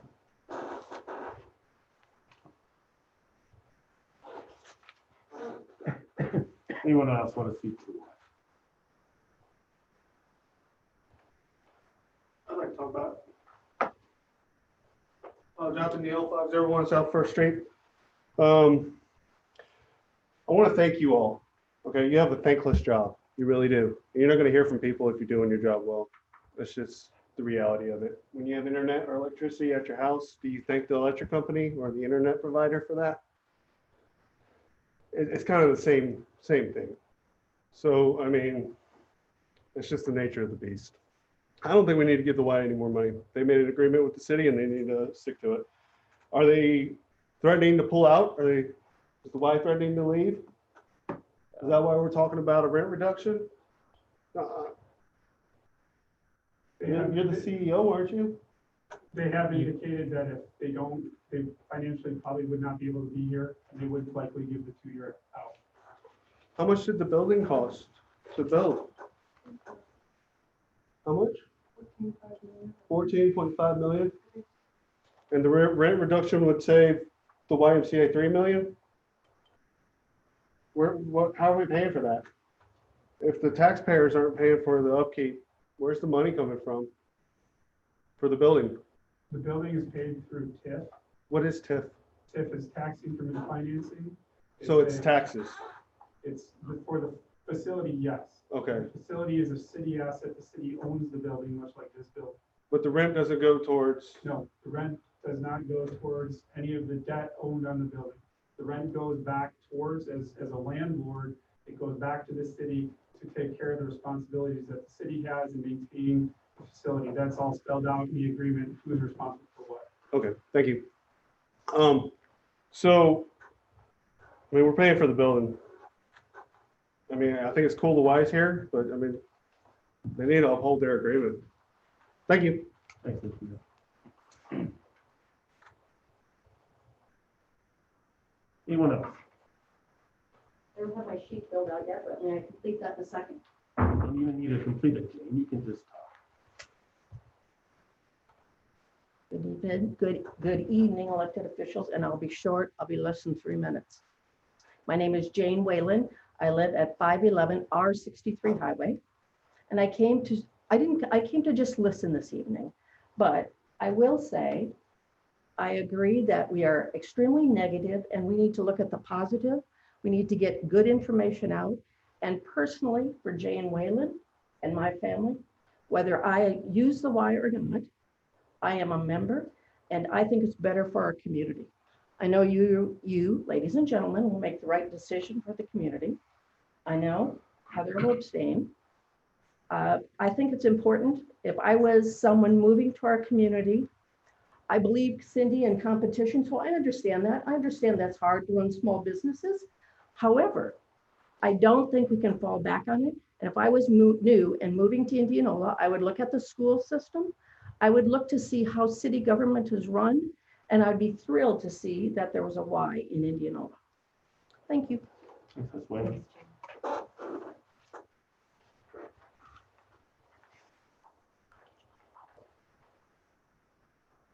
Anyone else? Mr. Besky.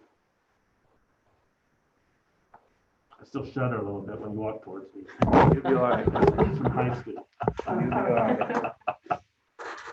First of all, like John, I'd like to express my appreciation for your service and your commitment to the city. I'm a 40-year resident here at 704 West St. Valley Drive. And as of last Friday, I was elected chair of the FY21 Advisory Committee for the Y.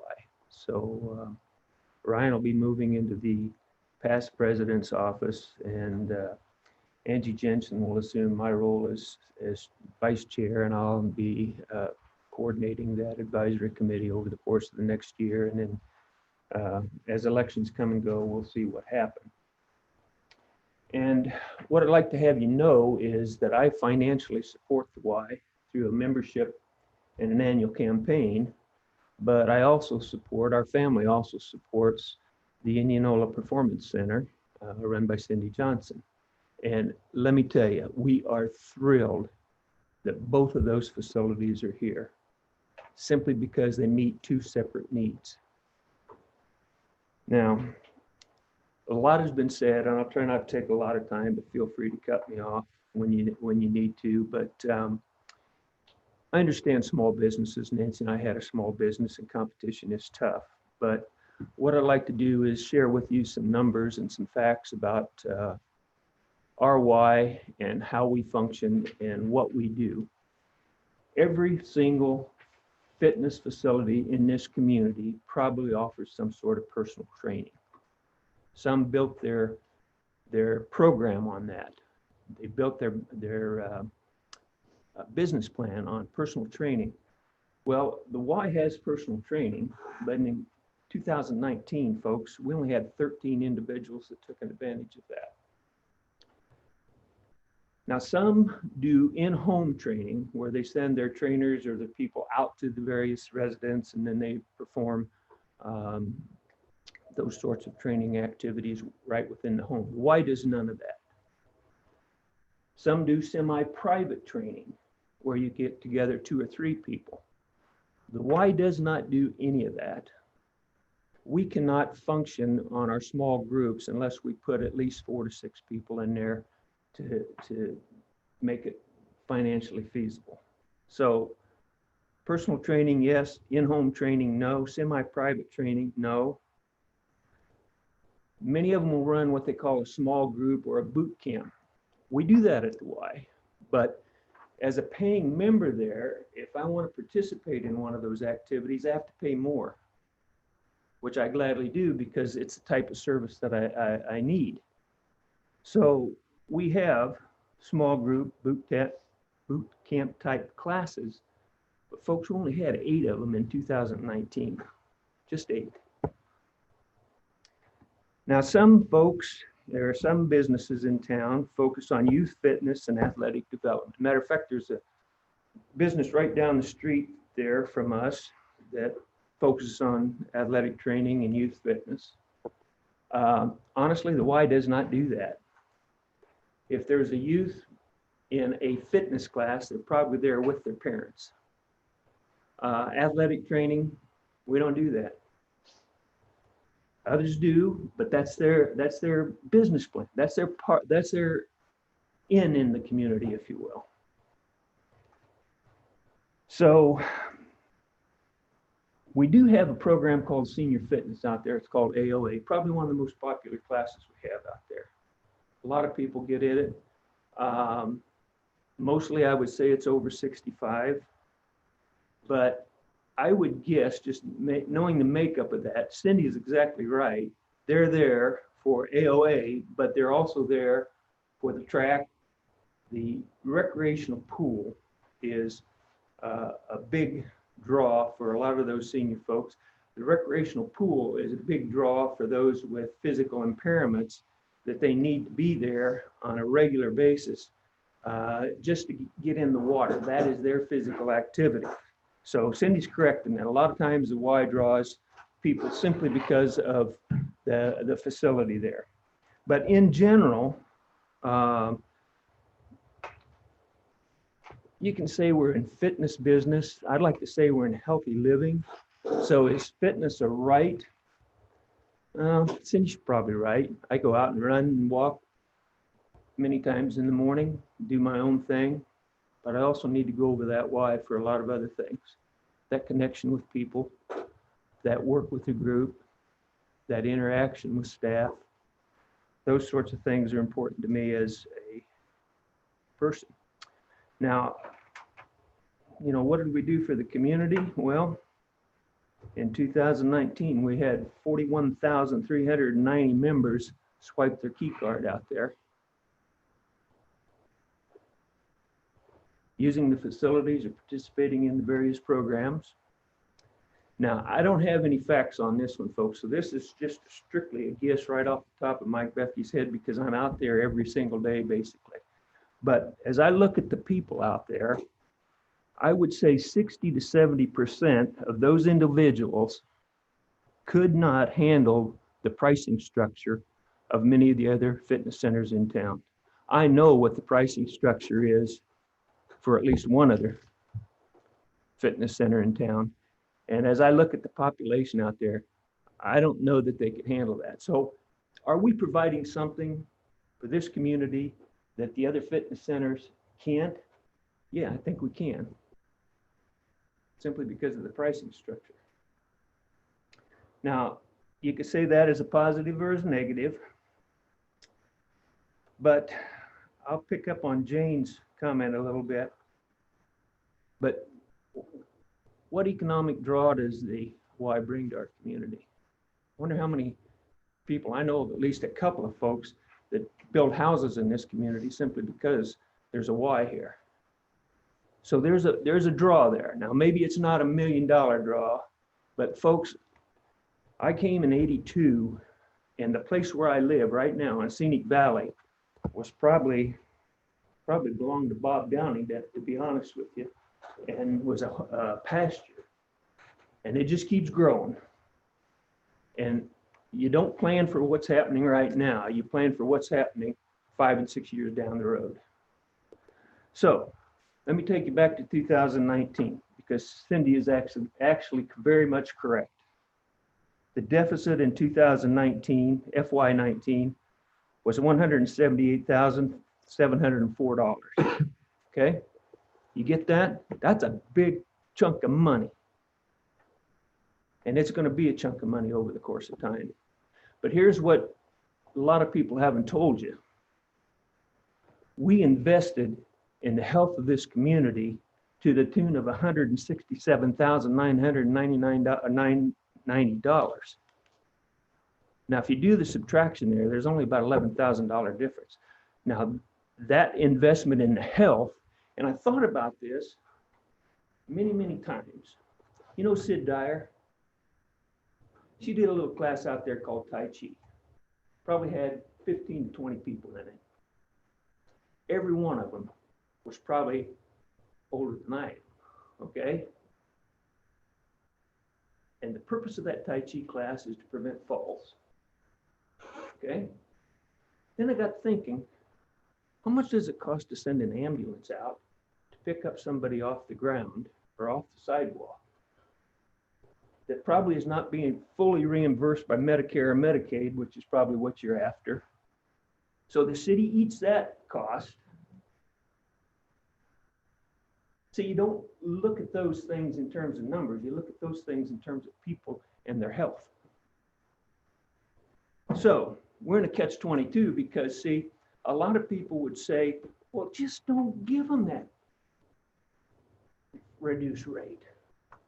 Don't do that. You don't have a deficit of $11,000. But the problem is there, we, as the Y, are a nonprofit. And definitely we are a nonprofit. And definitely the money that we raise in this community, which, by the way, we set a goal last year. And this community smashed that goal. Because they want to invest in the people. And you can say, well, let's invest in streets and cars and everything else. But when you invest in people, you get a return on your investment, folks. And that return investment will help our schools, it'll help our community, it'll help businesses, because healthy people get out and do things. So, what happens if we just give it back to the city? I was interested in your numbers, Ryan, because I was out the Y this morning and I was running on a treadmill and I got looking around out there and I thought, man, there is just a ton of personal equipment out there. Up on that second floor, if you've ever been out there, I counted 48 treadmills, ellipticals, those sorts of machines. Now you got to understand, if the city invokes this 2-year agreement that says we're done in 2 years, every piece of equipment, every person out there goes away. Every one of them. So that 48 pieces of treadmill electrical equipment, and I went for the cheap stuff on the internet today, and I figured they run between $2,000 and $3,500.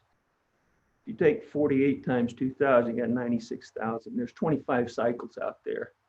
Very cheap cycle is $1,000. 1,500. There's another 37.5. Weight machines, there's 18 of them. Figured $2,500 a pop.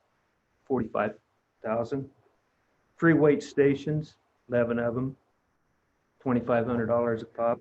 $227,500. That's just the physical equipment. Think about this. Some of you remember when I used to wear my technology hat at the high school, okay? Does the city have the capacity to take on the technological needs, the custodial needs, and all that sort of, that doesn't come free. It's not cheap.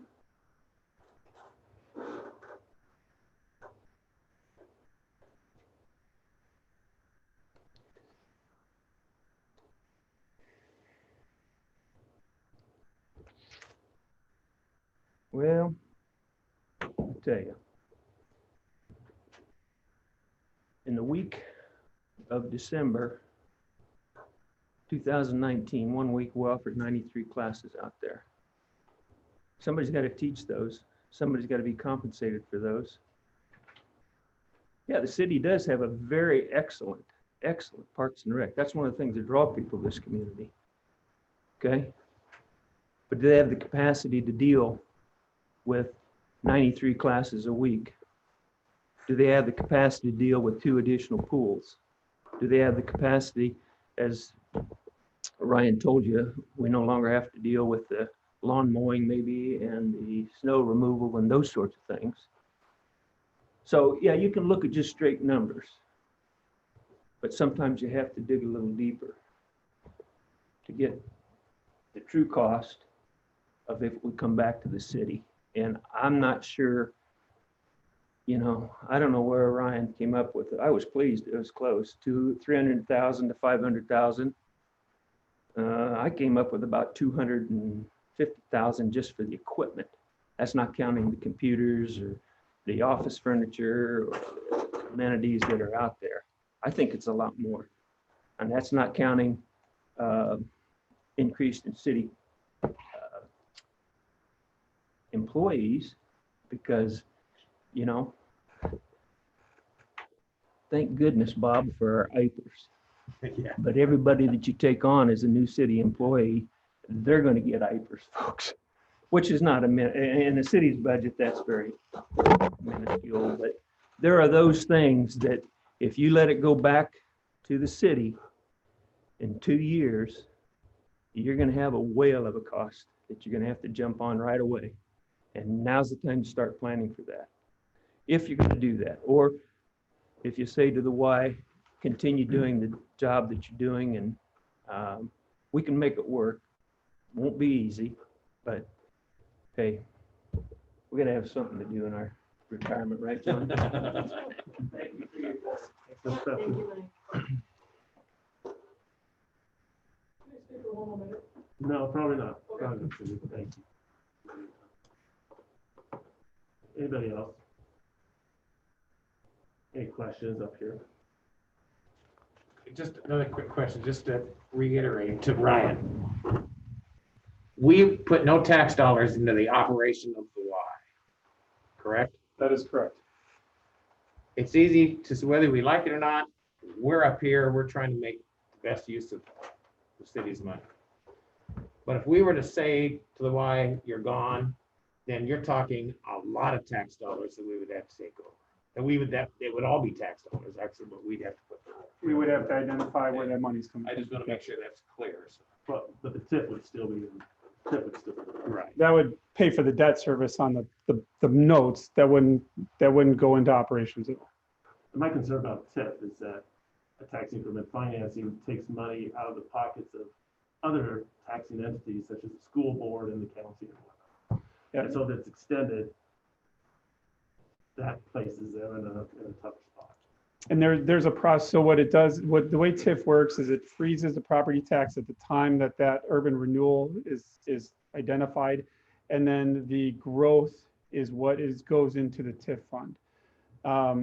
Typically, and so with the Y specifically, normally you certify the debt on an annual basis. For whatever reason, the city decided to certify the full debt in 2015 for that facility. So that's where the debt's coming from. But as part of the process, we have to sit down with those taxing entities and make sure that they're aware and on board and part of that process. So I think actually when we went through the renewal process, we actually carved out, I think this was done last year, Charlie. We went through and updated the TIF zone last year. And as part of that, we removed certain areas of the TIF out of the district. So more money went back to those taxing districts. But as part of that process, you had to sit down with the county officials and school district officials to talk about that plan. So there is per TIF, there is a mechanism that you have to go through per state code to engage those other entities. So those other TIF monies, however, could be spent to maintain if Indianola so chose. That won't happen, but if Indianola so chose to have their own fitness center, to Bob's point, it wouldn't be tax dollars, it would still be TIF dollars. Its funding mechanism would remain the same because of the way the bonds were issued, right? No, The operations. the operations. So the TIF is paying for, just like a mortgage. So the TIF is paying for the mortgage payments on the building. That's what, and that's, we haven't done any of the research of if TIF can be used for that. I doubt it. State is pretty particular about, state code is pretty specific on what you can use that for. We know that operations would have to be made up of through programs, membership fees, and somewhere else likely some sort of property tax. I mean, our rec center is funded partially by property taxes, so that would be a funding mechanism. But as I stand here today, we haven't done that layer of detailed analysis. That's certainly something we can do if council chooses to do that. If I may, none of us up here signed all these agreements. We were here when it was built. Many of us, supported and have supported it. We didn't make all the secret arrangements or public arrangements, however it was done. That was not us. But this is what we have. Right up here, this is what we're given. Good, bad, ugly, it doesn't make any difference. This is what we're given, and our job is to use our tax dollars as best we can and provide what we can for the city. So we can go back in history and finger point, this should have been done or this should have been done. The bond issue was overwhelmingly, in approval for this, but we are here right now. This is what we are dealt with, and we want to do what we can with what we have. That's To what I your want to point, say. Bob, I think, hindsight is always 20/20. Yeah. Like you said, I trust the people who made the decisions. I trust the people on the advisory board and the steering committee. Do I know everything they know? Probably not. But I do trust the advice we've been given. And I think it's important to note that we are, as you say, doing the best thing. If we approve this, which I think it sounds like we probably will, we are doing the best thing that we think is best in the best interest of the city, given the choices that we have. It's not a desirable situation. I don't think any of us are happy about it. Anyone in this room is probably happy about it.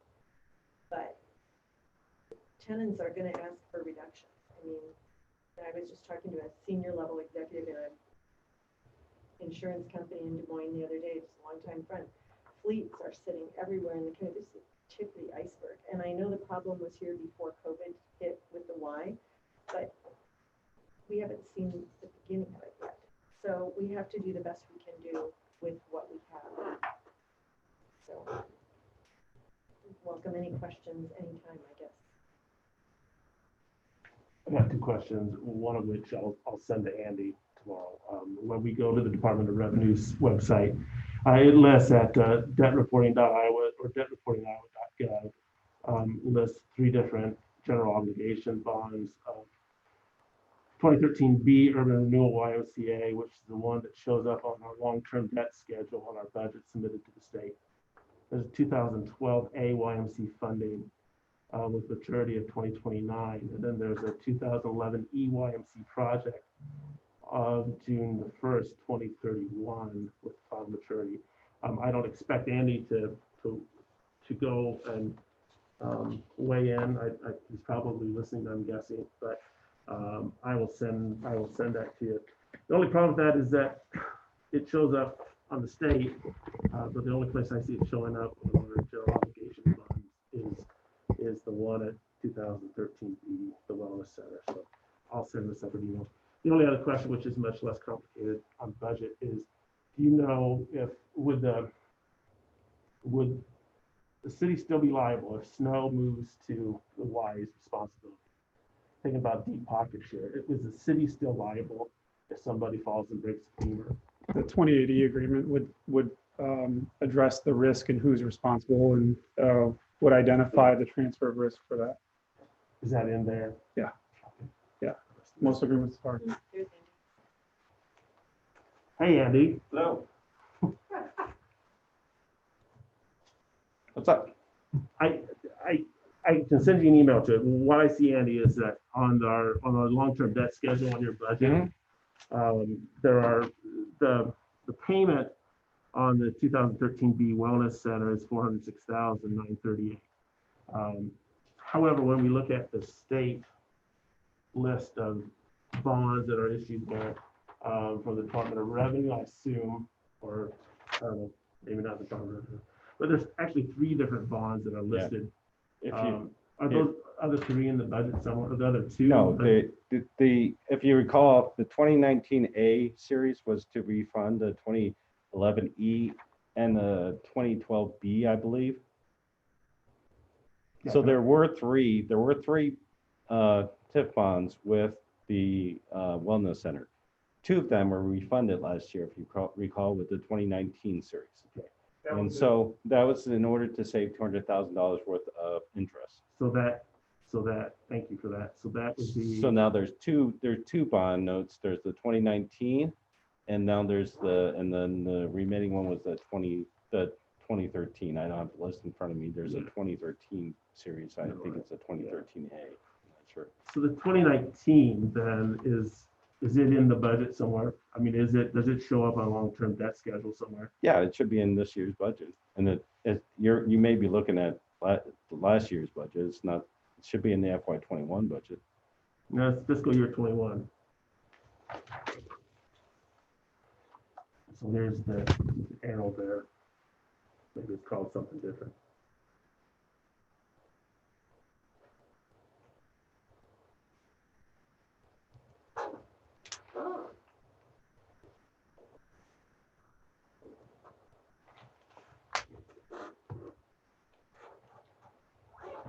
Right there, 2019A, 2013B. Those 2 are the Wellness Center. The one right below it.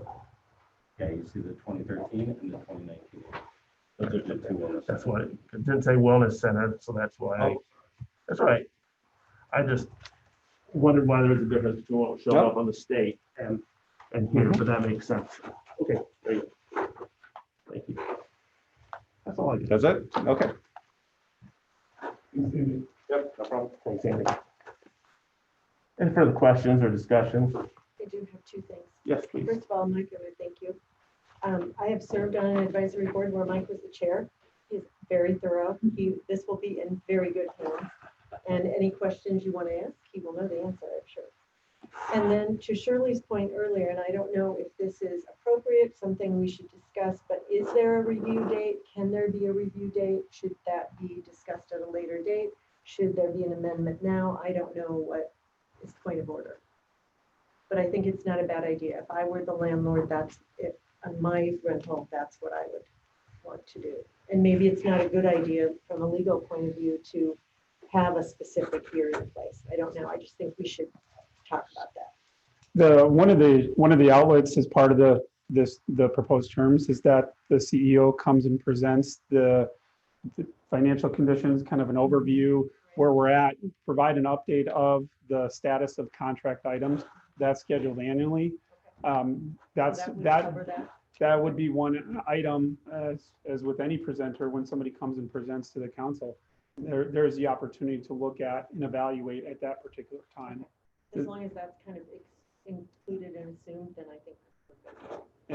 And obviously, the work that we did at the advisory board to set up the committee structure and really go through and identify performance metrics, which Alicia was very accommodating with and understanding of. And one of the things that she's made clear to the advisory board is, hey, she's, as a new CEO to not so new anymore, but holding her staff accountable to make sure that the YMCA is. I think the conversation at the July 2019 council meeting was the YMCA has been here for 150 years. The goal is to make it stay and be here for another 150 years. So thanks for addressing that. Thanks, Roy.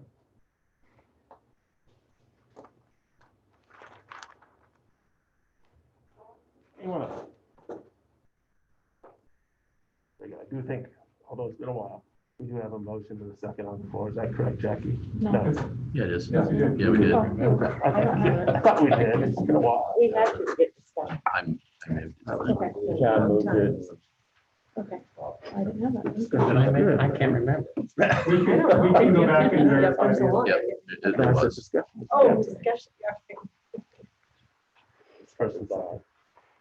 Councilmember Kling, Aye. Schroeder, Aye. Southall, Aye. Marchant, Aye. Hewlin, recuse, Parker. Aye. Moving on to new business, the one presentation by Reverend Robert Enders. No, I'm just kidding. Robert, thanks for waiting.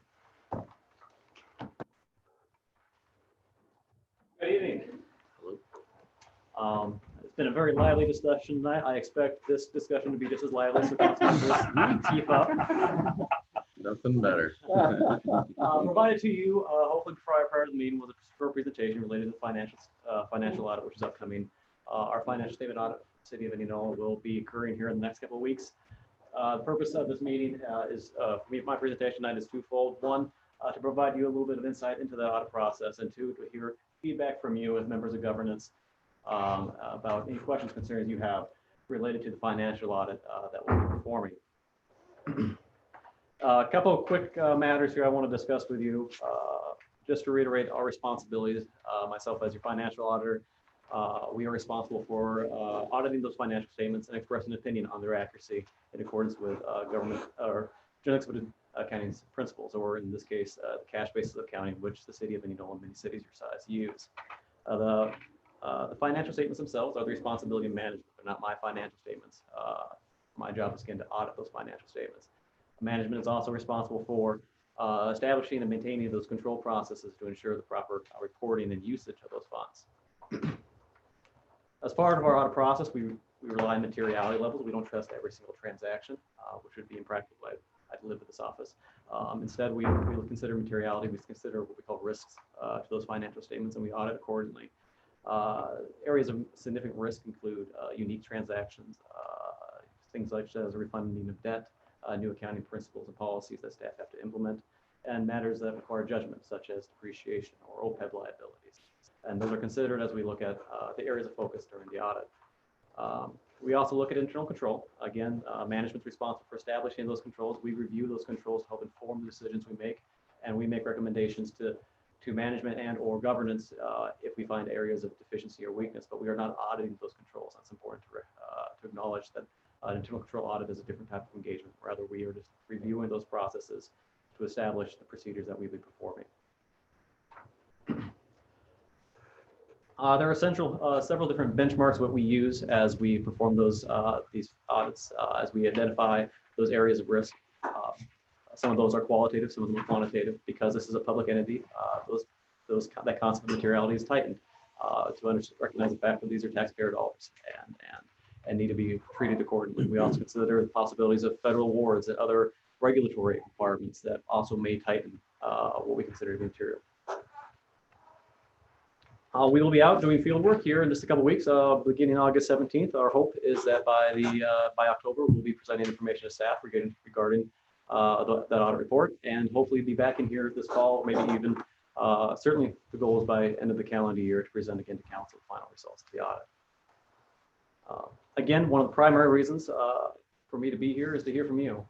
So if you have any questions for me, concerns related to the financial performance, financial statements, control processes, risks, contingencies, this is a time to discuss those with me, and also my contact information is on the presentation that you have in the agenda.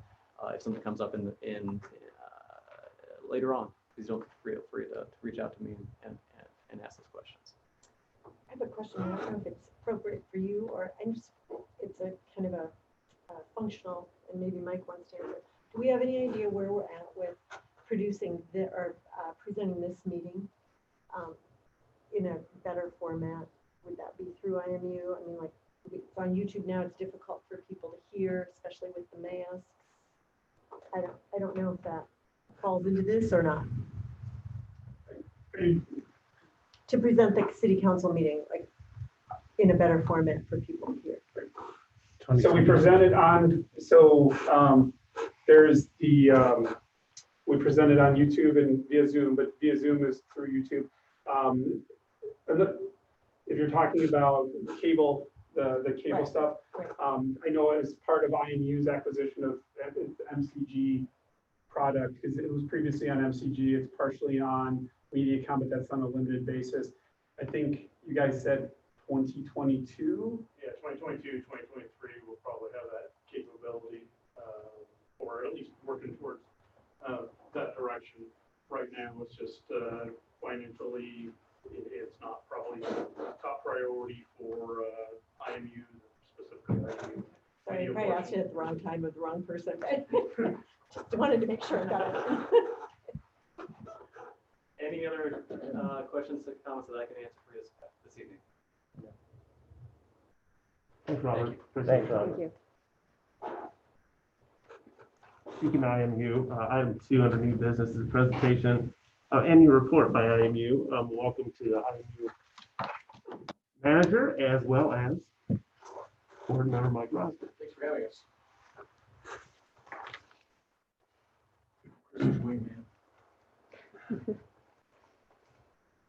That means you set up the AV equipment.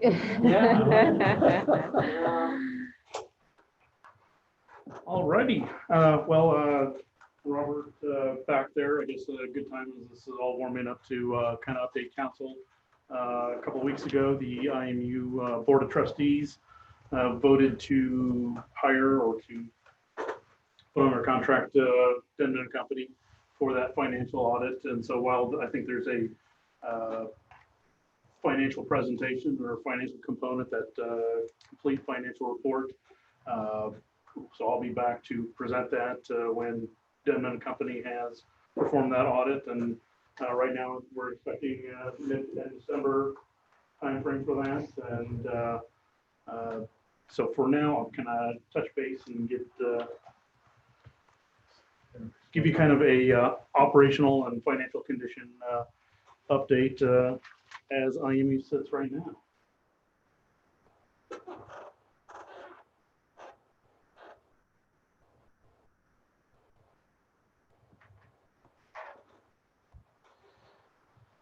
So I'll kind of touch base on each, some of the important goings on, accomplishments, and finances in each one of the departments. I'll start off here in the administration department.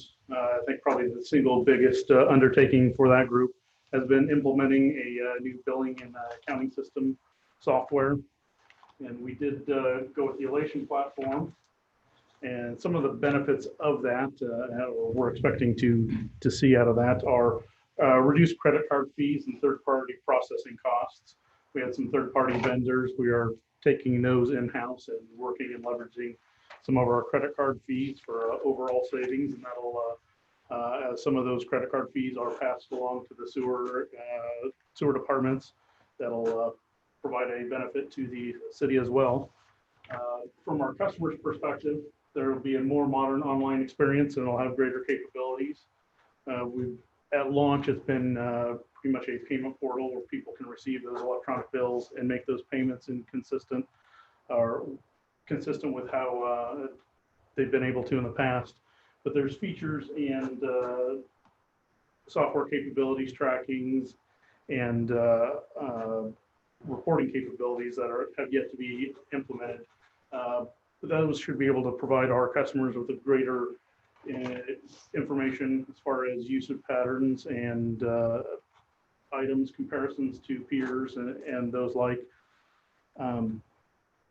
This software package is a single platform and it's meant to place multiple software packages. There was a number of disjointed software packages that are assembled together, and through this, we're reducing data entry and any opportunities for errors as information is passed between the systems because it's entered once and utilized for multiple of reasons. We will have electronic document storage and agreement capabilities, and this will allow signing of agreements electronically through DocuSign and those likes.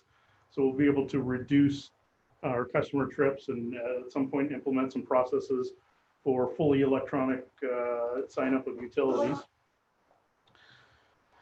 And most importantly, and probably of interest to our auditors, this will allow us, we're using this opportunity to transition to accrual accounting for a better long-term view of our finances.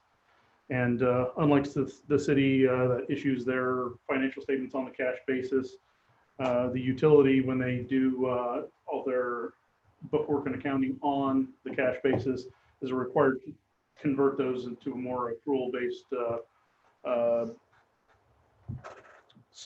accounting method, specifically for the electric department, FERC accounting, Federal Energy Regulatory Commission accounting.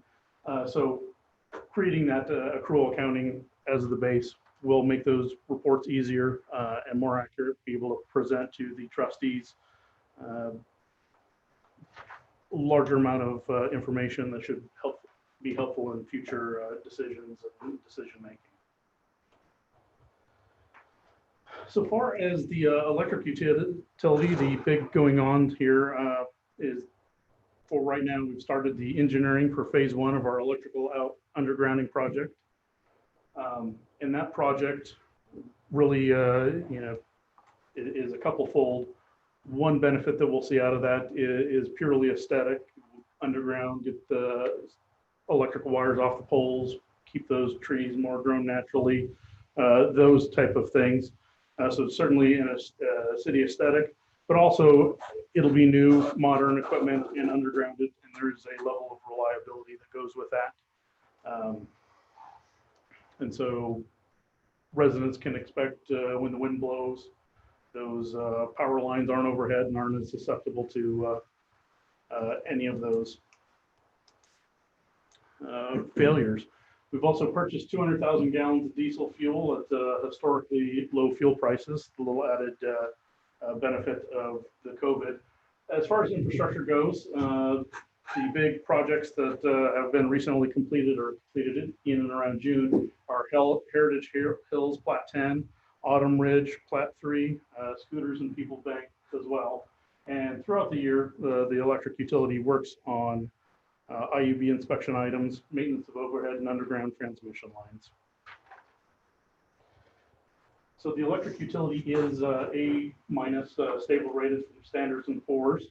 The next section I have is for our wholesale provider, and both Moody's and Fitch called out specific credit strengths of the organization and power supply participants. IMU is one of the three largest participants in Maine. So those power supply upgrades are in part to the financial strength of IMU, the electric department. The trustees have provided for a 90 to 110-day target in the S&P world that qualifies us for a A- bond rating. And as far as our financial position, the electric utility has two outstanding debt issuances, 2015, that's 3.3 million, and 2017 C, which is $6.7 million.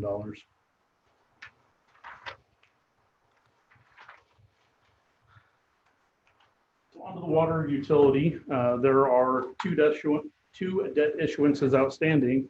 We have 15 months left on a interfund loan with the electric department, and that'll free up $271 almost $1,000 in annual debt service expense, and there's $239,000 in remaining in the 2012B GO debt issuances through the city, and so that as it's nearing its termination, that's $55,000 in annual debt service expenses.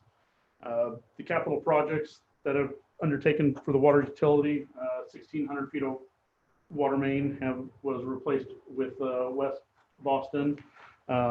East Iowa was being prepared for, however delayed. We are ready with those funds, and when construction continues there. Also for next year, the downtown square is, we are prepared to handle those infrastructure improvements as that project commences, and so we're working closely with the city and the engineers as far as looking at opportunities for replacing what we need. And two projects totaling about $600,000 each, maintenance on the clarifier cones, mixing head tanks and carbonation tanks. All those refurbishments and upgrades were done in order to keep improve water quality, keep that high level of water quality that Indianola has expected, as well as extend those service lives for that equipment. Communications utility is kind of I guess the new and shining star in the IMU portfolio. As of June 30th, 2020, we have 2,314 customers, and that is in that 9 to 10 months ahead of business plan projections. For fiscal year 2020, that was 1,300, almost 1,400 installs. And that means for the utility, a new customer was put online every 90 minutes, which is pretty impressive given that we have a full-time staff of 7 to support that 6,000, almost 7,000 customer premise devices. So, new customer every 90 minutes is, I think it's impressive. And then those guys have really put their heart and soul in that communications utility effort. The communications utility does have revenue debts outstanding of $6.3 million and just under $3 million. So in summary, the electric utility is in a strong financial position, and its wholesale provider is increasingly stable and viewed positively by lenders. And we do have the electric undergrounding project coming up that we're looking to improve our system reliability even further. The water utility, the big story there, they're approaching debt-free status, and with that freeing up of those debt maintenance funds, those will be rolled into additional capital infrastructure, additional water main projects, and again, we are committed to planned or unplanned where there's a hole in the concrete and we can put in some water main. We're looking to do that. And the communications utility, the story there, strong consumer demand, high satisfaction there, and even some months ahead of about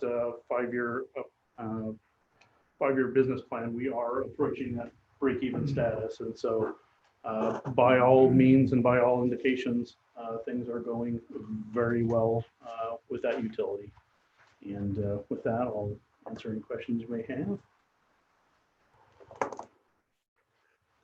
Okay. Yeah.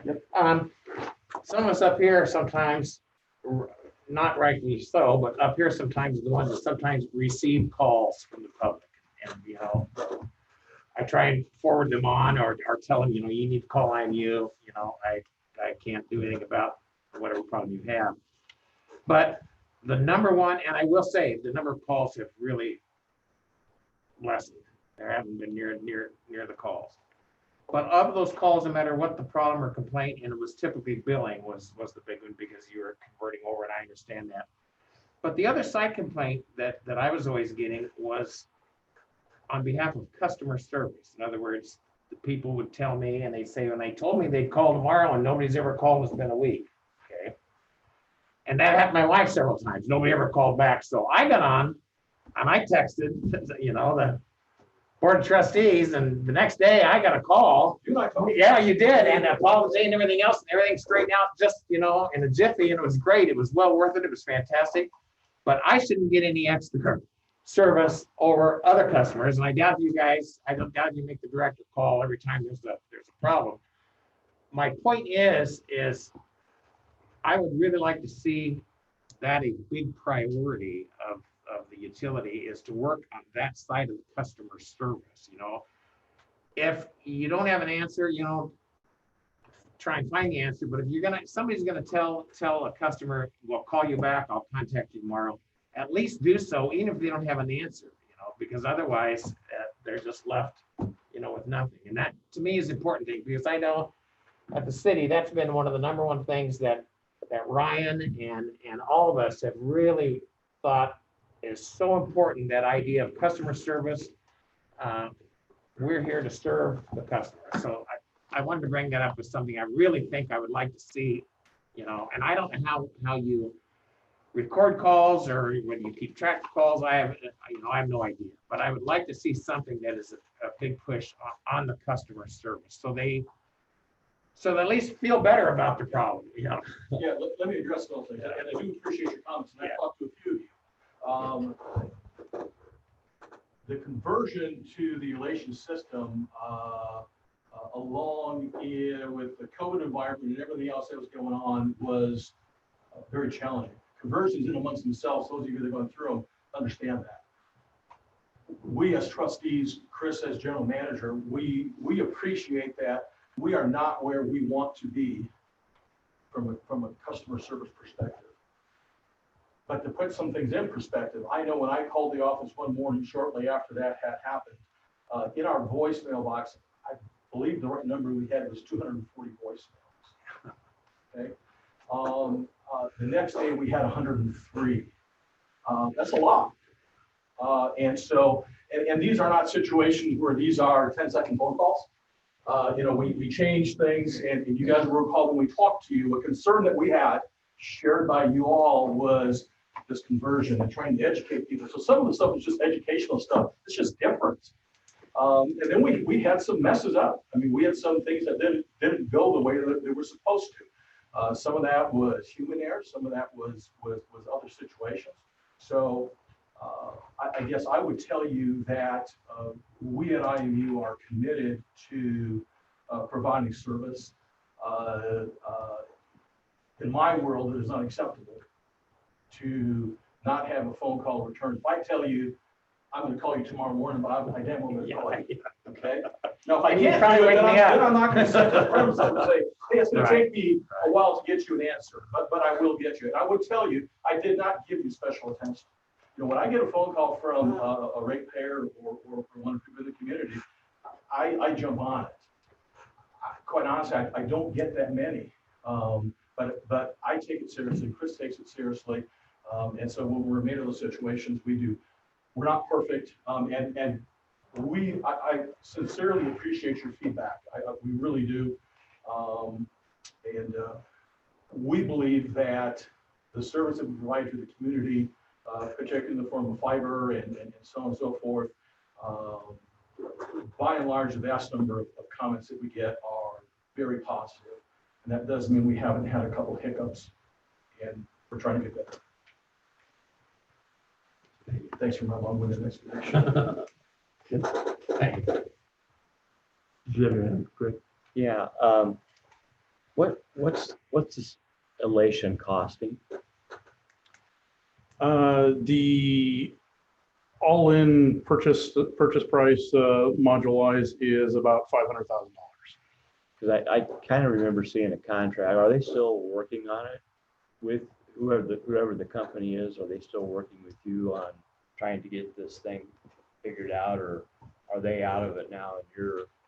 No, through this and through the conversion process, we have access to dedicated support staff. And so, from that conversion cost or from that amount, we have particular individuals that, we are in regular contact with to solve both, small problems and large, and they are have been a tremendous help. And If the reason I'm asking that question, if I remember right, when I looked at what I thought would be the potential contract that anybody would get into with them, was there was no stopping of them charging you for services.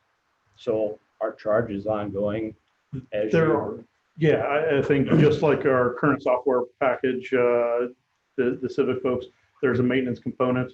There is a maintenance component agreement with and that ongoing support with Elation, just as with the previous products.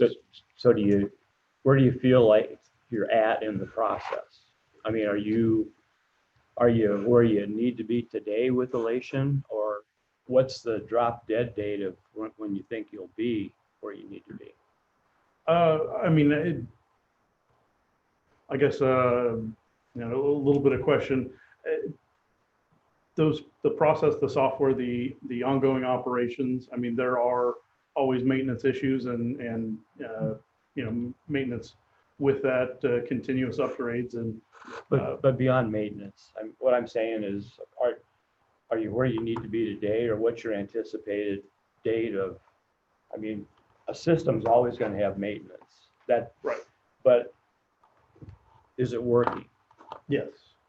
Is it working to your satisfaction today, or are we still waiting for something? I would say right now it's not perfect. There's still manual intervention that's necessary, and we are, every month we're getting closer and closer to that where there is not CSR or manual intervention required for any of those processes. That I think is the end goal, is all that stuff just works. It's not there yet. And we're still learning as well, right? I mean, as far as, things are, we found out that maybe we thought we understood something, found out we didn't understand something quite right. So there's still a learning curve there for us, but I would say overall, we're not where we want to be, but I think for the vast majority of our customers, it's been a pretty seamless thing. It doesn't mean, again, we had a couple of hiccups. Yeah, and part of that was coming out of the investment committee meeting. I was just wondering when monies are going to get transferred that, need to be in the city coffers. Yeah, no, that, with that, certainly our support staff was, Andy in the city had taken some information from Robert and kind of created a set of reports that they'd like to see with that. Sherry is working in automating a lot of those to make those a, automatic report. They run periodically, and, once items like that don't require, an hour's worth of work, it turns it down to 5 minutes. Those efficiencies and those, given other time for review, that should drop all those transfer times, and expecting to continuously get closer as we run the software a little better and as we're operating closer to the system's full potential. And one last question. Has the process changed when you receive checks in? I was in a situation where I went in and paid by check at one point, and then they couldn't find my check, and that got all worked out. But the thing that was a little alarming was the 3 different folders that were full of checks from weeks that hadn't been deposited. Is there a change in the deposit stature of? When did that happen, Ray? Mine happened in May, but I just talked to some people not too long ago that their check hadn't cleared and they were trying to figure out why. And they finally found out that it was in one of these folders. I know one of the things that we've done is with COVID, when people drop payments off into the mailbox, when we take that, we let that sit for. It was 3 days for, yeah. So once it was received in the post or from the post office or from the Dropbox, we put it in a location for 3 days before we'd handle that. And that was just a, well, I understand that. Consumer safety This was related. Yeah. 2 to 3 week time slots. So it wasn't just 3 days. So I just wondered is there a process in place now beyond 3 days where they go in? Should people anticipate having their check clear within 5 days? 5 days is probably a fair assumption with that from drop off. Okay, thanks. I got a couple questions. One is on we'll stay with the communications, I guess. On the fiber rollout, how is that going as far as getting customers connected in a timely manner? I know one time you and I were talking and there was kind of a real lag time. Has that improved? And the reason I ask is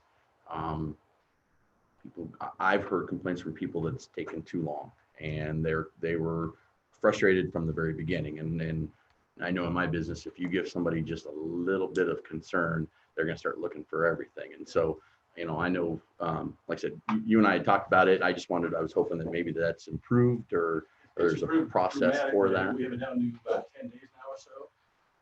Well, prior to COVID, I was going to say, Is that you? when I started, I think it was in that 6 week range. Right. Worked with Kurt, and he was great to kind of make arrangements. We got it down to in that 10 to 14 day installation window. COVID, of course, changed all that, and we, for a period of time, weren't doing installs. We did have kind of a continuous amount of demand. For a period of time, we weren't doing installs, and as we returned and have resumed doing installs, we're doing them on a more limited basis. We're making sure a particular staff person's only visiting one household in a day. They're keeping up with demand, but it's still strong. What are we looking at? So we were over 60 days. Right. I knew that. And that's We were over 60 days, and when we as trustees learned of that, I mean, we said that right. Fly. Yeah. Because like your world, my world is, if I'm looking for service and if my subscription is up and I can change, I'm going to hop on another bandwagon, and it's going to be another year or 2 years before IMU gets an opportunity. Right. So we worked with Chris and Kurt, and they implemented some changes to get things sped up. I mean, all the experts that we talked to in Sons Northern told us how this was going to roll out. I mean, to be 9 to 10 months ahead of our plan right now, which we thought was fairly aggressive. Quite honestly, if we weren't in this COVID environment, it'd be probably 12 to 15 months. Right. So, but long story short, at that time, we actually got our things down to about 10 days. Again, that was pre-COVID. But so yeah, I would tell you, I was very sensitive to that. Right. Because I didn't want to miss that opportunity. And Right. there was a cost associated with doing that as well. Right. Because we accelerated some other things. So there was also a negative side of that also as far as our balance sheet and the fiber side of things are concerned. But we thought it was worth the investment. Sure. Long run to Right. take a short-term hit. Most certainly. Okay. All right. Thank you. And then on the water side, that's awesome to hear that they're close to being out of debt. With that, we just finished up our pavement indexing plan, and then now we're going to be spending the next near future to determine what our plan is moving forward to replace streets and stuff like that. I'm hoping, I know your name came up, I believe, when Dave mentioned that last time. So hopefully you guys will be engaged with that. And that way, when, like you mentioned, not concrete's open, it'd be nice to be able to get, because I know one of the concerns I have is I'm hoping we have a long-term plan or working towards a long-term plan of replacing some of, because I know we have a lot of infrastructure that's undersized in this community. And with, the new census, we're going to have to update what our codes are, and that's going to include sprinklers and a lot of things. Well, I know we have a lot of water lines that probably aren't going to be able to support that. So just hoping that that's a you guys are looking at doing, long-term plan of how can we go through and start replacing some of those. So, Yeah, I mean, currently it's in that 600,000 of dedicated purely water mains. That debt service that comes off, that's all gonna become, debt. I don't know that that's gonna keep us, advanced or moving far enough, happy enough. Or, we're gonna look for other opportunities and try to push those dollars up, save some money elsewhere.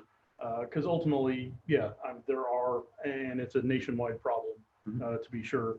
There are a lot of 80-year-old mains in there, and that post-World War II metal quality is not as great.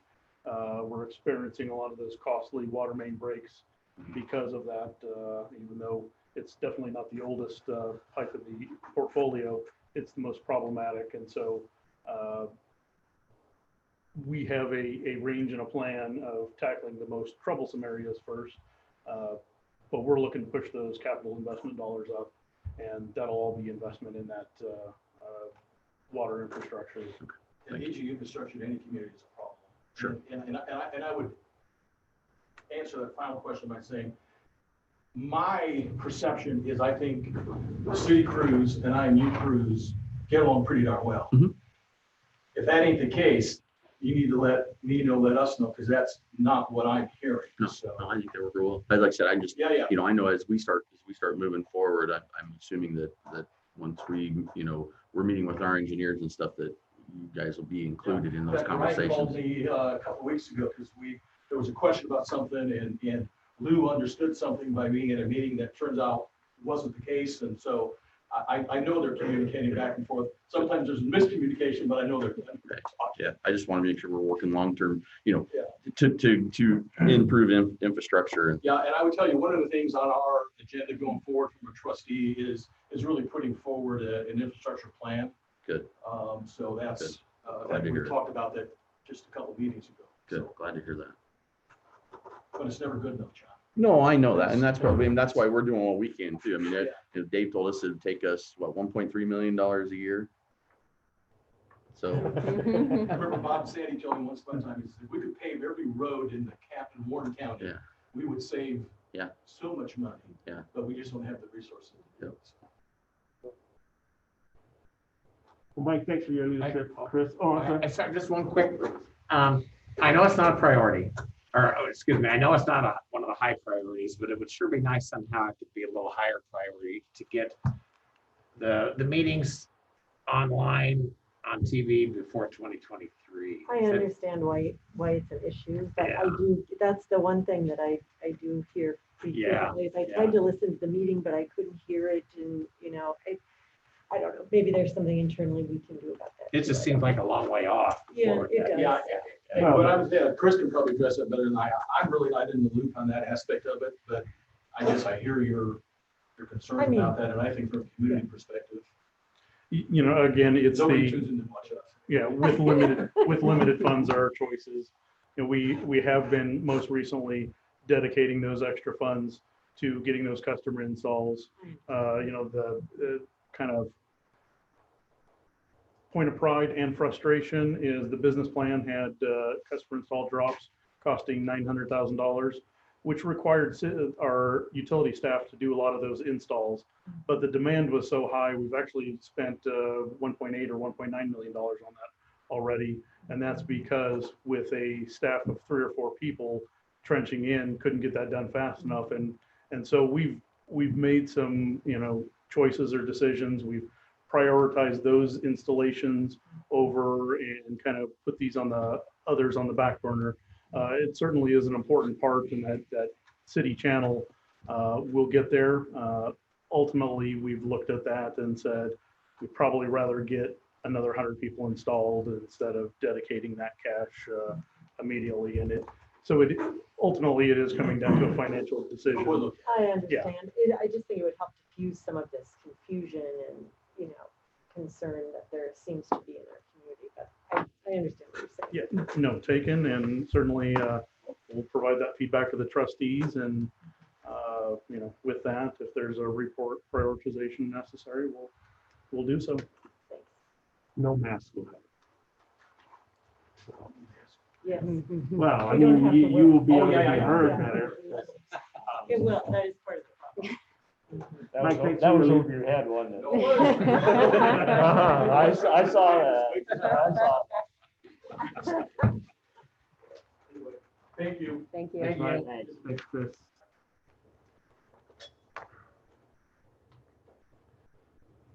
On other business, we have city manager's report. Brian?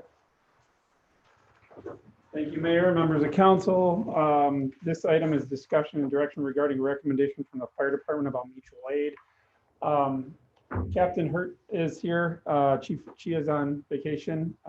Just given the time, I'll run quickly. He's here to answer any questions, but I think within the year, we approved a mutual aid agreement with the city of Norwalk to provide EMS services. This was at their request. During the discussions, they had indicated that they were doing this with all their municipal partners, especially with one in particular, because they were the exclusive, they were operating as the exclusive EMS service for that community. Earlier this year, we received a notice from the city of Norwalk. They were going to start charging us $150 per trip. That letter was shared with you all in your weekly update. In reviewing with Chief Chia's recommendation is that we implement the termination clause in there. He has made arrangements with Mercy One as well as other communities to provide EMS support for EMS services rather than go through the expense. I think the data was we used Norwalk 69 times this last year. 9% of their calls. So we're looking for some direction from council on that. Do we have any idea how does the timeliness compare in our other options? I mean, will it still be? Maybe, Captain, you want to come up here? Thank you. So for us, we'll utilize other surrounding agencies as well, but Mercy would be our first go-to as their full-time, their staff, and they'd be responding from the west side. So it'd be fractional in the difference it would take from them to respond. Fractional from Norwalk? Fractional for Mercy to respond. I think it'd take Mercy a little bit longer to respond than it would Norwalk, so slightly longer. And the rate I got, you said 9, but the letter says from May of 18, 7.5% of Norwalk Fire Department's total call volume was city of Indianola. Is it 7.5 or 9? I said 69 was the number of calls. That's in your packet. Yeah. I'm No, sorry. I see that. Yeah, so I see that 7.5%. in Mr. Chia's letter. So 7.5%. So Aaron, is it fair to say then that will most of that be picked up by Mercy One, or will there be there's still other mutual aids in place, right? With other communities? Our divisions are staffed with 3 members right now, so we get 1 ambulance out. In September, we've got 4 that are in paramedic school that should be able to, we'll be able to staff the 2nd unit out. That'll reduce our need significantly there. So they've already been hired. We're just waiting them they had about a 2-year process to complete paramedic school. And as soon as they're done, then we'll have 2 ambulances, which will reduce that number quite a bit already. Is that 2 during the day and the evening? Yes, ma'am. Or 24 hours? 2 24 hours. That's part of the staffing plan that the previous council approved phase in. So the 3 that Captain's talking about, they're in their class now. Mayor, to your question though, we do have arrangements with those other entities like Milo, Hartford. Those would all be eligible for mutual aid. Aaron, how does that go out when there's a call and we don't have a first out? And does the dispatcher then just move it to the next? I mean, do they just call around to find someone? So it would historically, they would wait for direction from us to find out which agency we would use. In the past, if they weren't able to get a hold of somebody, they would dispatch out. If they waited enough, like 3 pages, they would reach out to Norwalk. And this would be an agreement that Chief T and I have already talked to the manager of Mercy Ambulance, Mark Hudson, and he agreed to provide this service to us. Mercy doesn't keep an ambulance down here anymore. They don't. They retracted it from all back. I thought I didn't think I'd seen one for a while. Great, Aaron. Thank you. We're looking for discussion and direction. So council, that's your job. I think we should get out of the 2080 agreement. I would agree. And go with the alternate plan. Yeah. Okay, and with everything on this matter, we're reviewing our operations, and if something were to change and we need something else, we'll certainly be sure to bring that forward. I asked Chief Chi about this. He was confident that the arrangements that he's got in place with Mercy One and the others are more than adequate, plus the phase-in plan. And if you recall, as part of that staffing plan, this next budget cycle that we're going through, that would complete the hiring increase for the fire department. Yeah, thanks, Ryan. Thank you, Aaron. Sorry you had to wait around, buddy. If you can hear me. The receive and file correspondence for July 17 and July 24, 2020, weekly updates from Mr. Waller. Second, file correspondence. Oh, sorry. Now you can say. I second. I thought you were done. Anything to add, Ryan? Yeah, just really quick. You notice where the facilities that are open to the public, this facility is not only on council meeting days, but masks have now been provided at the Activity Center Library. It's strongly encouraged. It's not required, but it's strongly encouraged. We did get a thank you card from a local business, Bob's Custom Trophy, thanking the council for and the mayor for the small business grant as part of the partnership we had with the Greater Des Moines Partnership.